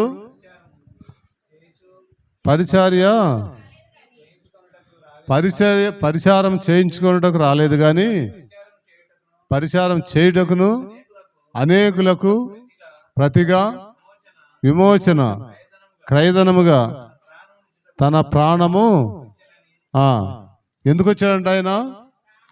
పరిచర్య చేయడానికి వచ్చాడంట. నీకు నాకు మనకి పరిచారం చేయించుకోవడానికి రాలా. ఆయన ఎందుకు వచ్చాడంట? పరిచర్య, రోగులను, మనం రోగంలో ఉంటే మనల్ని బాగు చేయడానికి వచ్చాడు. అందుకనే పేతురు పత్రికలో అంటాడు, అతను పొందిన దెబ్బల చేత మనకు స్వస్థత కలుగుతున్నది, నువ్వు విశ్వసిస్తే. అవునా? ఇందాక చెప్పుకున్నట్టుగా 12 సంవత్సరాల నుంచి బాధపడుతూ రోగులు కడిగిపోయింది, అనేక రోగులు కడిగిపోయింది, తన ఆస్తి అంతా పోగొట్టుకుంది. చివరికి యేసయ్య వస్త్రపు చెంగు ముట్టితే బాగుపడుతుంది అనుకుందంట. ఆయన గురించి విన్న తర్వాత ఆయన వస్త్రపు చెంగు తాడితే చాలు నేను బాగుపడుతుంది అనుకొని ఆమె ఎలాగలగపోయి ఆయన వస్త్రపు చెంగు ముట్టగానే బాగుపడింది. అందుకు మనం ఆయన్ని ఆరాధించాలి, ఆయన్ని స్తుతించాలి, ఆయన్ని పూర్ణ హృదయంతో, పూర్ణాత్మతో ఆయన కృతజ్ఞతాస్తుతులు చెల్లించాలని దావీదు గారు ముందుగానే ఆయన రాకముందే ఆయన చెప్పాడు ఇవన్నీ కార్యాలు ఆయన వల్ల జరుగుతాయని. ఆయన అనుభవించాడు. గొర్రెల కాపరిగా ఉన్న ఆయన రాజుని చేశాడు. అయితే ఆ తర్వాత మనం ఉన్నాం ఇప్పుడు. ఆయన వచ్చాడు నీ కొరకు నా కొరకు, ఆయన సిలువలో ప్రాణం పెట్టడానికి వచ్చాడు. అవునా? నేను ప్రాణం పెట్టడానికి వచ్చాను అన్నాడు. నేను పరిచర్య చేయించుకోవడానికి రాలేదు, పరిచర్య చేయడానికి వచ్చాను. మరి నువ్వు కూడా మరి పరిచర్య చేయించుకుంటున్నావా, ఇతరుల చేత చేస్తున్నావా, ఇతరులకు చేయాలని ఆశ కలిగి ఉన్నావా?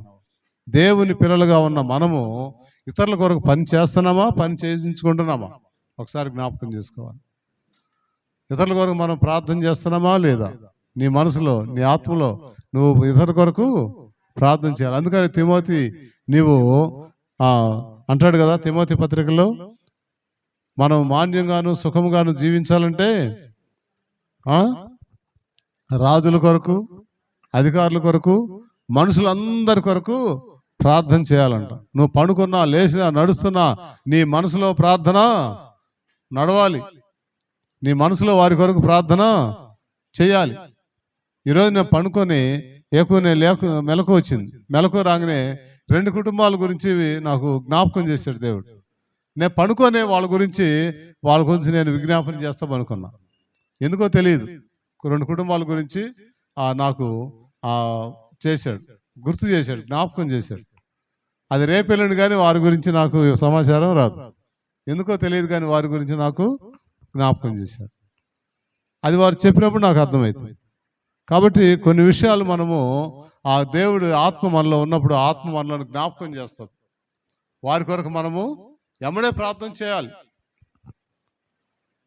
దీని గురించి ఒక సాక్ష్యం నేను చెప్పదలుచుకున్నా. ఇప్పుడు ఒక ఆవిడ, ఆమెకి బాగా భాషల్లో ప్రార్థన చేయడం తెలుసు అంట, వచ్చు ఆమెకి.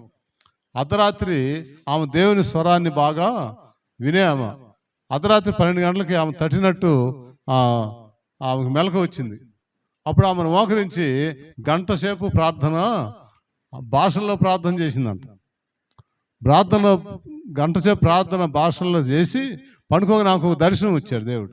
దాన్ని ఆమె డైరీలో ఆ టైము ఆ గంట రాసి పెట్టుకోండి. 2 సంవత్సరాల తర్వాత ఒక సభకి వెళ్ళిందాము. ఆ సభకు వెళ్తే అక్కడ దైవజనుడు వాక్యం చెప్తా అన్నాడు. ఆ వాక్యం అయిపోయినాక ఏమో పరిగెత్తుకుంటూ ఆ దైవజనుడి దగ్గరికి, ఆ స్టేజ్ దగ్గరికి వెళ్ళిపోయింది. ఆమె డైలీ తెరిచి చూపించయ్యా, ఇదిగో ఈ డైలీ ఈ డేట్నా మీరు చనిపోయారు కదా, మరి ఇవాళ వాక్యం ఎలా చెప్తున్నారు? నాకు దర్శనం ఇచ్చాడు దేవుడు. అర్ధరాత్రి 12 గంటలు. అప్పుడు నేను ఈ టైం రాసుకుంది, ఆ డేట్ అది రాసుకుంది. ఇక్కడ అర్ధరాత్రి 12 గంటలు, అక్కడేమో పగలు 12 గంటలు. ఆమె చూసిన దర్శనం ఏంటి? ఆయన చనిపోయి అక్కడ ఒక చిన్న పాక దగ్గర చనిపోయి ఉన్నాడు. ఆ సంఘస్థులు వెళ్ళి పెట్టి తెస్తున్నారు ఆయన్ని తీసుకెళ్ళటానికి, పాతి పెట్టడానికి. అది ఆమెకు వచ్చిన దర్శనం. మరి ఎలాగో ఈ దర్శనం నాకు చూపించాడు. మరి ఇవాళ మీరు ఇలా ఉన్నారంటే మా నిజమేను, నేను ఆ దినాన చనిపోయిన మాట నిజమే. ఎవరు ప్రార్థన నన్ను బ్రతికించి. హల్లెలూయా. కాబట్టి వాళ్ళు పెట్టెత్తుకొని వచ్చారంట. పెట్టెత్తుకొని వచ్చి వాళ్ళు ఆ కార్యక్రమాలు చేస్తుంటే దేవుడు ఆయనకు మరలా జీవాన్ని చెల్లేసి కూర్చున్నాడు అంట. ఆయన కూడా డేట్, ఆయన ఒక డైరీ రాసుకొని ఆయన డైరీ చూపించాడంట. హల్లెలూయా. అంటే నీ ప్రార్థన ఎవరిని బ్రతికిస్తుందో తెలియదు. దేవుడు నీకు జ్ఞాపకం చేసినప్పుడు నువ్వు ప్రార్థన చేయాలి. ఇతరుల తప్పులు ఎదగడం కాదు మనకు కావాల్సింది. నీకు దేవుడిచ్చిన తలంతులు నీవు కాబట్టి యేసయ్య అన్నాడు, పరిచర్య చేయడానికి నేను రాలేదు, పరిచర్య చేయడానికే వచ్చాను అన్నాడు. కాబట్టి నువ్వు కూడా ఇతరుల కొరకు ఏం చేస్తున్నావు? నీ సహోదరులకు నువ్వు ఏం చేస్తావు? ప్రకటించాలి. ఆ గ్రామాల్లో ప్రకటించాలి, పట్టణాల్లో ప్రకటించాలి. అందుకే నేను వచ్చాను. నేను ఇంకెందుకు వచ్చానంటే దేవుని రాజ్య సువార్త ప్రకటించడానికి వచ్చాను. ఎందుకు వచ్చానంటే రోగులను బాగు చేయడానికి వచ్చాను. ఇంకెందుకు వచ్చానంటే నేను అనేకుల కొరకు నా ప్రాణాన్ని పెట్టడానికి వచ్చాను అన్నాడు. దొంగ అయితే దోసుకోవడానికి వస్తాడు, కానీ నేను జీవం ఇవ్వడానికి వచ్చానన్నాడు. కాబట్టి మనం కూడా ఇతరులను మన మాట ద్వారా, మన ప్రార్థన ద్వారా ఇతరులకు మనం సహాయం చేసేవారిగా ఉండాలి అంటున్నాడు. గుర్తు చేస్తున్నాడు ఈ సమయంలో. ఇంకా ఎందుకు వచ్చాడో ఒకసారి చూద్దామా? 55 యెషయా గ్రంథం 12వ వచనం.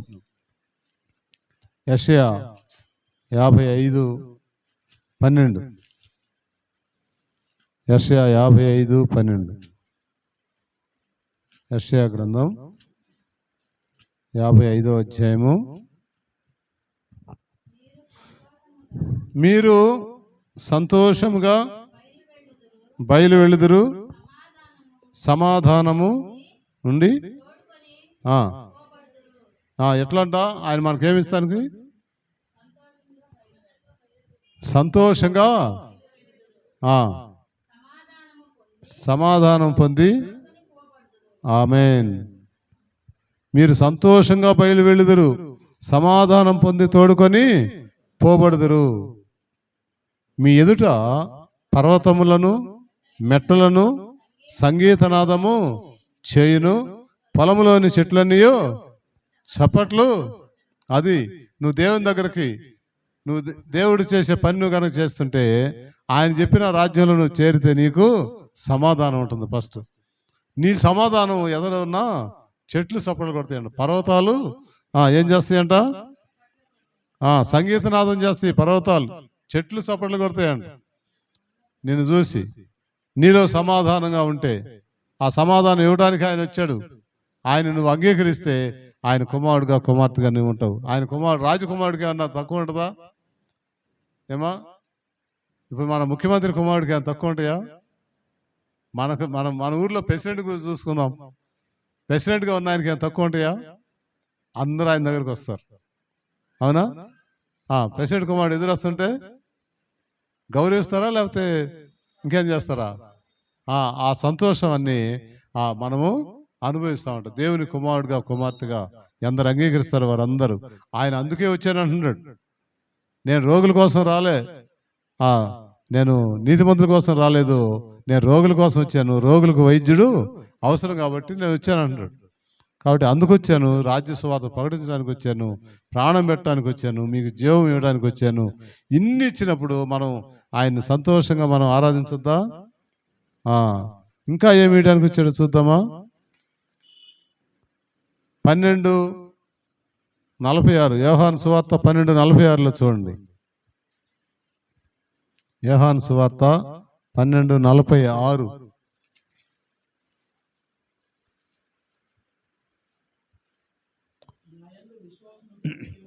నా యందు విశ్వాసముంచు ప్రతివాడు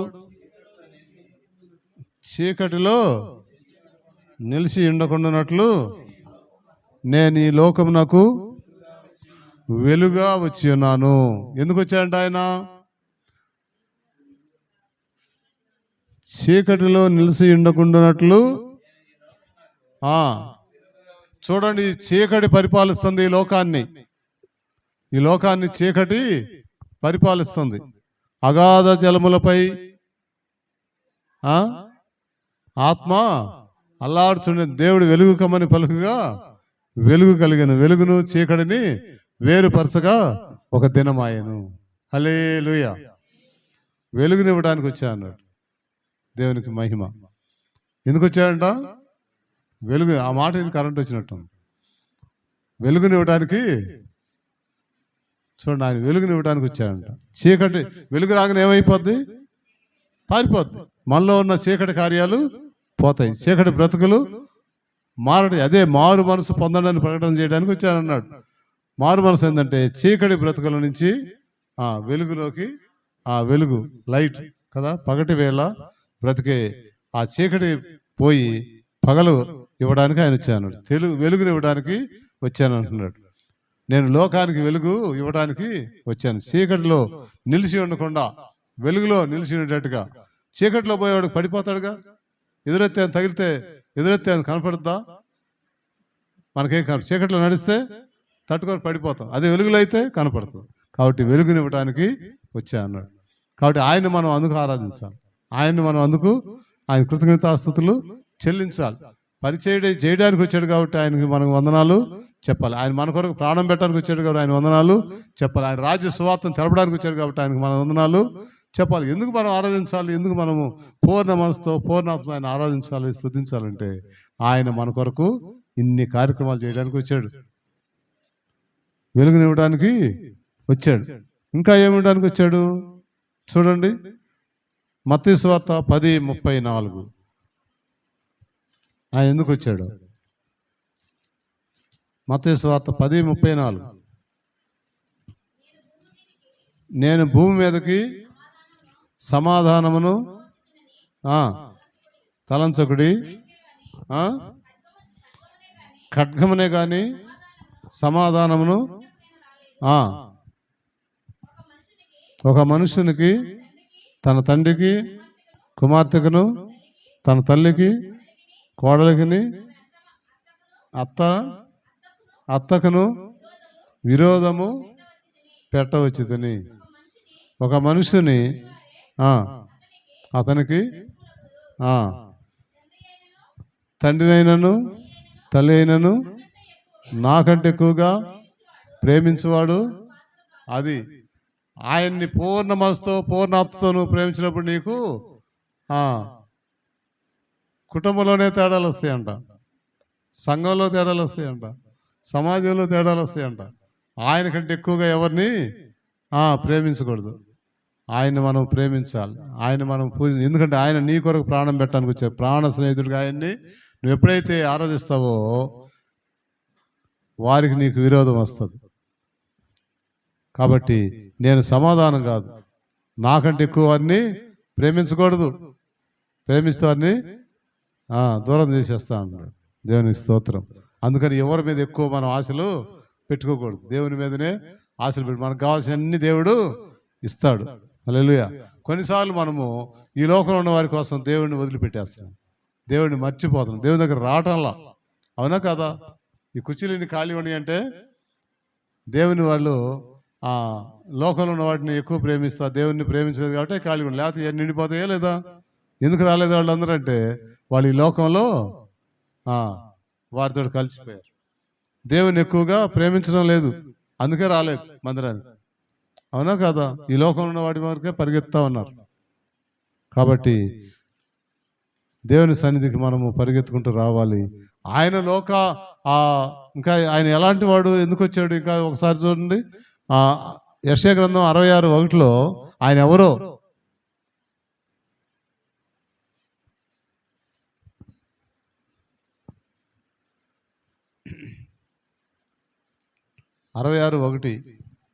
యెషయా గ్రంథం. యెహోవా ఎలాగ ఆజ్ఞిస్తున్నాడు? ఆకాశము నా సింహాసనము, భూమి నా పాదపీఠము, మీరు నా నిమిత్తము. చూడండి, ఆకాశము నా సింహాసనము, భూమి నా పాదపీఠము అన్న ఆయన నీ కొరకు నా కొరకు ఆయన తగ్గించుకొని కన్య గర్భాన ఈ లోకానికి వచ్చి దేవుని కుమారుడిగా వచ్చి నిన్ను నన్ను ఆయన సహోదరుడా అంటున్నాడు. అంత గొప్ప భాగ్యాన్ని ఆయన నీకు నా కొరకు ఇవ్వడానికి వస్తే మనమేమో ఆయన నిర్లక్ష్యం చేస్తున్నాం. అవునా? ఆయన సన్నిధికి రావడానికి మనకి మనసు లేకుండా పోతా ఉంది. ఎప్పుడో తీరినప్పుడు వస్తున్నాం, ఎప్పుడో వస్తున్నాం. సమయము మనకి ఆయన మీ దశంభాగాన్ని ఇవ్వండి అన్నాడు. అంటే రోజుకి 24 గంటలు ఉంటే 2.5 గంటలు ఇవ్వమన్నాడు. ఆ 2.5 గంటలు ఆయన మీద మనసు పెట్టి ఉంటున్నావా? ఆయన నీ మనసులో ఉన్నాడా? ఈ లోకంలో ఉన్న కుటుంబము లేక నీ ఆశలు నీ కోరికల్లో అది కలిగి ఉన్నావా? లేకపోతే ఆయన మీద కనీసం 2.5 గంటలు దశంభాగం అన్నా నువ్వు ఆయన జ్ఞాపకం చేసుకుంటున్నావా? మనకి 6 రోజులు నువ్వు పని చేసుకో, 7వ రోజు విశ్రాంతి దినం నా సన్నిధిలో ఉండమన్నాడు. ఆ 7వ రోజు కూడా ఈ దినాల్లో ఆదివారము 2.5 గంటలు లేక 3 గంటలు. ఆ 3 గంటలు కూడా మనం గడపకుండా మనం ఏం చేస్తున్నాం అంటే మనకు తీరినప్పుడు వస్తున్నాం. 10:30కి అంటే 11 గంటలు కూడా ఎవరు రాలేదు. అంటే మన సమయం ఎంత పోగొట్టుకుంటున్నాం? నీవు ఆయన సన్నిధిలో ఒక దినం గడిపితే 1000 దినములు నీకు బోనస్గా దేవుడు ఇస్తున్నాడు. 1 గంట గడిపితే 1000 గంటలు. నీవు ఆదివారం 2.5 గంటల్లో నువ్వు 1 గంట ఇక్కడ కూర్చున్నావు అనుకో, నువ్వు 1.5 గంట పోయింది కదా. ఆ 1.5 గంటకి ఎంత పోయినట్టు? 1500 గంటలు నీ అకౌంట్లో నుంచి పోయినాయి. పోగొట్టుకున్నట్టో లేదా? నువ్వు ఎక్కడన్నా ఉండు, నువ్వు దేవుని మందిరాన్ని పరిగెత్తుకుంటూ ఆ సమయానికి నువ్వు రాకపోతే నీ సమయాన్ని నువ్వు పోగొట్టు. దొంగ దోసుకోవడానికి, హత్య చేయడానికి వస్తాడంట. ఆ దొంగ మాటని నువ్వేం చేస్తున్నావు? ఈ లోకము చీకటి పరిపాలిస్తుంది, ఆ దొంగ పరిపాలిస్తున్నాడు. అందులో నువ్వేం చేస్తున్నావు? దేవుని సన్నిధికి రాకుండా పోగొట్టుకుంటున్నావు. ఆదివారం 3 గంటలు ఇక్కడ కూర్చుంటే నీకు ఆ 3 గంటలు 3000 గంటలు నీ అకౌంట్లో ఉన్నట్టే కదా. లేకపోతే నువ్వు 1 గంటే కూర్చున్నావు అనుకో, పోయినట్టే కదా. దొంగ దోసుకున్నాడా ఆ 2 గంటలు? మరి అది గమనిస్తున్నావా? ఒకసారి గమనించాలి. దేవుడిచ్చిన సమయాన్ని మనం దేవుని కొరకు వాడుకోవాలి. ఆ పరిచర్య నువ్వు చేయాలి. దేవుని మందిరంలో కూర్చో, నువ్వు వచ్చి ఇక్కడ కూర్చో, పాట పాడు, ప్రార్థన చేయి, స్తుతించు, ఆరాధించు, వాక్యాన్ని విను, ఆయన సన్నిధిలో గడుపు. ఆయనే వస్తే ఆకాశం నా సింహాసనం, భూమి నా పాదపీఠమన్న ఆయన నీ కొరకు నా కొరకు ఆయన ఇన్ని పనులు చేయడానికి వస్తే ఆయన సన్నిధిలో కూర్చోబోటి ఎట్టా? మార్తమ్మ మరియ గురించి యేసయ్య చెప్తాడు. మార్త విస్తారమైన పనులు పెట్టుకుందంట, మరియమేమో ఆయన పాదాల దగ్గర కూర్చుందంట. ఏమయ్య యేసయ్య, ఇదిగో ఆ మార్త ఎందుకు మరియమ్మ ఆడ కూర్చుంది, నాతో పాటు పని చేయడానికి పంపించవా? ఇన్ని పనులు ఉన్నాయి అంటే, నువ్వేమ్మా ఆ ఉత్తమమైన దాన్ని ఎన్నుకుంది, దేవుని పాదాల దగ్గర కూర్చుంది, ఆకాశం నా సింహాసనం, భూమి నా పాదపీఠం అన్నాడు కదా, ఆ పాదాల దగ్గర కూర్చుంది. నువ్వేమో విస్తారమైన పనులు పెట్టుకొని ఇంకా నా మీద నువ్వు సనుగుతున్నావు, మరియమ్మను పంపించమంటున్నావు, నీకు చింత లేదా అంటున్నావు. అంటే చూడండి, మనం విస్తారమైన పనులు పెట్టుకొని దేవుని సన్నిధిని పోగొట్టుకుంటున్నామేమో. ఒకసారి జ్ఞాపకం చేసుకోవాలి. ఈ దినాన ఈ విషయాన్ని మనం ఇతరులకు చెప్పాలి, ప్రకటించాలి. దేవుని రాజ్యము సమీపంగా ఉంది, ఆ రాజ్యంలో నువ్వు రావాలి, కూర్చోవాలి. నేను వెళ్ళొచ్చాను, నువ్వు కూడా రా, కూర్చో అని చెప్పాలి. అందుకని దానియేలు గ్రంథంలో అంటాడు, ఆ రాజ్యం పొందిన వారికే అది అనుగ్రహించబడుతుందని చెప్పాడు. ఆ రాజ్యం పొందిన వారికే అంట.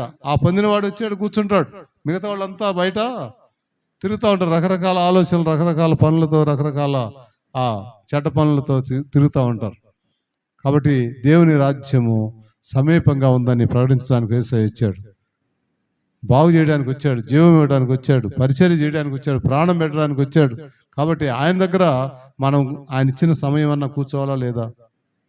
నీకు ఒక సంఘం ఇచ్చాడు, ఒక క్రమం ఇచ్చాడు. ఆ క్రమంలో మనము ఎక్కడున్నా, నువ్వు ఏ పని మీద వెళ్ళినా ఆ దగ్గరలో ఉన్న మందిరాన్ని వెతుక్కొని అక్కడ వెళ్ళి నువ్వు ఆ సమయాన్ని గడపాలి. ఆయన ఆరాధించు, ఆయన పూజించడం అంటే అదే. నీ పూర్ణ మనసుతో వెతకడం అంటే అదే. నువ్వు ఎక్కడున్నాను ఆయన మందిరాన్ని ఎత్తుక్కోవాలి, ఆయన సహవాసాన్ని ఎత్తుక్కోవాలి, ఆయన సహవాసంలో ఉండాలి. ఆ సమయాన్ని, దేవుడిచ్చిన సమయాన్ని పోగొట్టుకోవద్దు. ప్రేమతో చెప్తున్నా నేను. ఇంకా ఎందుకు వచ్చాడు ఒకసారి చూద్దామా?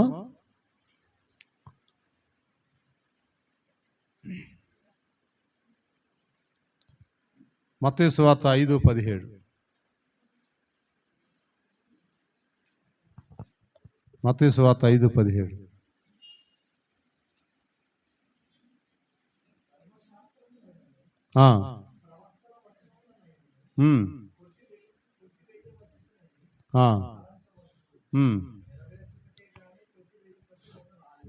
అది ధర్మశాస్త్రమునైనను ప్రవక్తల వాటిని కొట్టివేయడానికి రాలేదు, వాటిని నెరవేర్చడానికి వచ్చి ఆయన నెరవేర్చాడు. మనం చేయలేక పని ఆయన చేసి, ఆయన కేవలం నువ్వు ఆయన నమ్ముకుంటే చాలు, ఆయన సన్నిధికి వచ్చే చాలు, ఆయన సన్నిధిలో కూర్చుంటే చాలు, ఆయన్ని ఆరాధిస్తే చాలు, ఆయన జ్ఞాపకం చేసుకుంటే చాలు, ఆయన సన్నిధిలో గడిపితే చాలు. అంతే ఇచ్చాడు ఆయన. ఆయన నెరవేర్చేశాడు అన్ని. మనం చేయలేని పనులు ఆయన చేశాడు. కాబట్టి అందుకు నేను దాన్ని నెరవేర్చడానికి వచ్చాను. నెరవేర్చాడు ఆయన. ఇంకా ఏమంటున్నాడు? యోహాను సువార్త 18:30-37 వచనాల్లో చూస్తే ఎందుకు వచ్చాడో చూడండి. ఆయన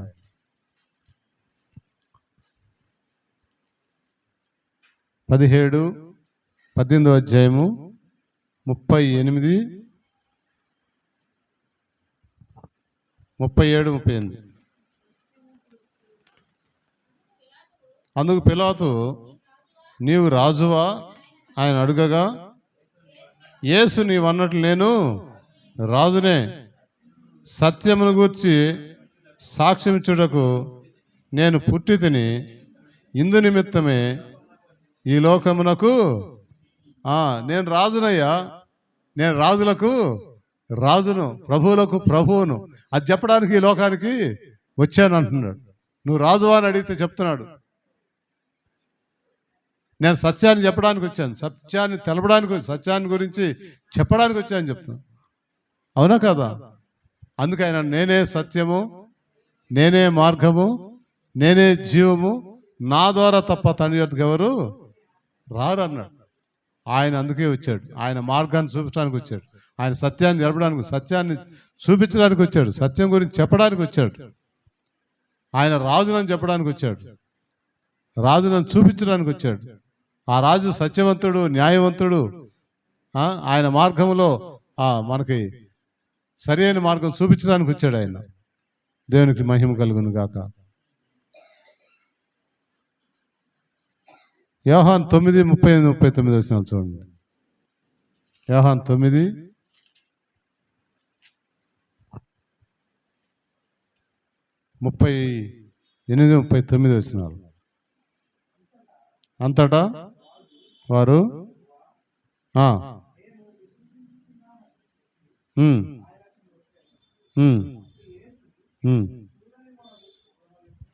చూడని వారు చూడవలెను, చూసువారు గుడ్డివారు చూడండి. తీర్పు నిమిత్తము ఈ లోకానికి ఎందుకు వచ్చాడంట? చూడని వారు చూడవలెను, చూసివారు గుడ్డివారు. చూడండి, ఇశ్రాయేలీలో మరి అబ్రహాముని పిలిచాడు దేవుడు. ఆ వంశంలోంచి నేను వస్తానని చెప్పాడు. ఆ వంశంలోంచి వచ్చారు. ఆ వచ్చిన ఆయన్ని వాళ్ళు చూడని మనము ఇప్పుడు చూస్తున్నాం. అవునా కదా? నేను ఇశ్రాయేల్ దగ్గరికే వచ్చానన్నాడు ఆయన. ఇశ్రాయేల్ కోసమే వచ్చానన్నాడు. వాళ్ళు వాళ్ళు ఆయన సిలువ వేశారు. ఆయన మరణించి తిరిగి లేచాడు. ఆ వార్త విని మనము చూడని వాళ్ళని చూస్తున్నాం ఇవాళ యేసయ్యని. హల్లెలూయా. చూసేవారు చూడకపోయారు, చూడని వాళ్ళు చూస్తున్నారు. చూడండి ఎంత గొప్ప ధన్యులు మనం. అందుకనే ప్రభు అంటాడు తోమాతోటి, చూసి నమ్మిన వారి కంటే చూడక నమ్మిన వారు ధన్యులు. ఇదిగో నా పక్కలో వేలు పెట్టి చూడు, చేయి పెట్టి చూడు, నా చేతిలో వేలు పెట్టి చూడు. నేను ఆయన పక్కలో వేలు పెట్టి చూస్తేనే, ఆ చేయి పెట్టి చూస్తే నేను నమ్ముతానని శిష్యులు అంతకుముందు ఆ శిష్యులు 10 మంది ఉంటే వాళ్ళందరూ కనపడ్డాడు యేసయ్య. ఆ తర్వాత మేము యేసయ్యని చూసాం, ఆయన తిరిగి లేచాడని చెప్తుంటే అట్కాదు నేను ఆయన చేతిలో వేలు పెట్టి చూస్తేనే, పక్కలో చేయి పెట్టి చూస్తే నమ్ముతానన్నాడు. అప్పుడు మళ్ళీ అందరూ కలిసి ఉన్నప్పుడు, తోమా కూడా ఉన్నప్పుడు ఆయన మళ్ళీ ప్రత్యక్షమైనప్పుడు చెప్తాడు, తోమా ఇవరా నా చేతిలో నువ్వు ఏలు పెట్టి చూడు, నా పక్కలో చేయి పెట్టి చూడండి. అప్పుడు ప్రభువా నా దేవా నా అనుమానం తీర్చేవయ్యా, నేను పాపిని అని ఆయన అక్కడ ఏడ్చాడు. ఆ తోమ అనుమానం తోమనే మన భారతదేశానికి వచ్చాడు. ఇప్పుడే మన భారతదేశం ఇంకా అనుమానమే. ఆయన నిజమైన దేవుడా కాదా? అవునా కదా? చెప్తా ఉంటే నమ్మటంలా జనాలు ఈరోజు కూడా. ఆ అనుమానం తోపని ఈ లోకానికి, మన భారతదేశానికి వచ్చాడు. కానీ నీవు నేను ధన్యులం. చూడని నేత్రాలు మనము దేవుణ్ణి చూస్తున్నాం. ఆయన సిలువ వేయడం మనం చూసామా? చూడలే. కానీ ఆయన మాట విని నమ్మి విశ్వసించాం, మనము ధన్యులం. కాబట్టి ఈ ధన్యకరమైన జీవితాన్ని ఆయన మన కొరకు ప్రాణం పెట్టడానికి వచ్చాడు.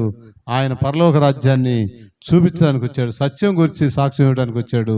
ఆయన రాజుని చెప్పడానికి వచ్చాడు. పిలాతు ముందు నేను రాజుని అని చెప్తున్నాడు. సత్యం గురించి సాక్ష్యం ఇవ్వడానికి వచ్చాయని చెప్పి ఇన్ని చేసిన ఆయనను మనము కొనియాడాలి. ఆయన గురించి ప్రకటన చేయాలి. ఆయన గురించి మనము ఇతరులకు చెప్పాలి. అలాంటి ధన్యకరమైన జీవితంలో నీకు నాకు దేవుడు ఇచ్చాడు. మనం ధన్యులం. దేవుని రాజ్య సువార్తను చెప్పడానికి మనల్ని ఆయన ఎన్నుకున్నాడు. అందుకే ఇక్కడ ఉన్నాం మనం. హల్లెలూయా. కాబట్టి మన తలలో ఉంచుదాం. ప్రభువా నీవు నా కొరకు ప్రాణం ఇవ్వడానికి వచ్చావయ్యా, నాకు మార్గం చూపడానికి వచ్చావు నాయన, నాకు సత్యమును తెలపడానికి వచ్చావయ్యా, నన్ను బాగు చేయడానికి వచ్చావు నాయన, నన్ను నీ రాజ్యంలో నీ బిడ్డగా చేర్చుకోవడానికి వచ్చావయ్యా. ఎందరు అంగీకరిస్తారో వారందరూ దేవుని కుమారులు కుమార్తెలు అయ్యే అధికారాన్ని ఇస్తానని చెప్పావు. మేము ధన్యులం. ఈ ధన్యకరమైన జీవితాన్ని మీరు మాకు ఇచ్చారు. చీకటిలో నడవకుండా వెలుగులో నడిపించడానికి వచ్చావు. ఆ వెలుగులో నడిచే భాగ్యాన్ని మీరు మాకు ఇచ్చినందుకు వందనాలు ప్రభువా.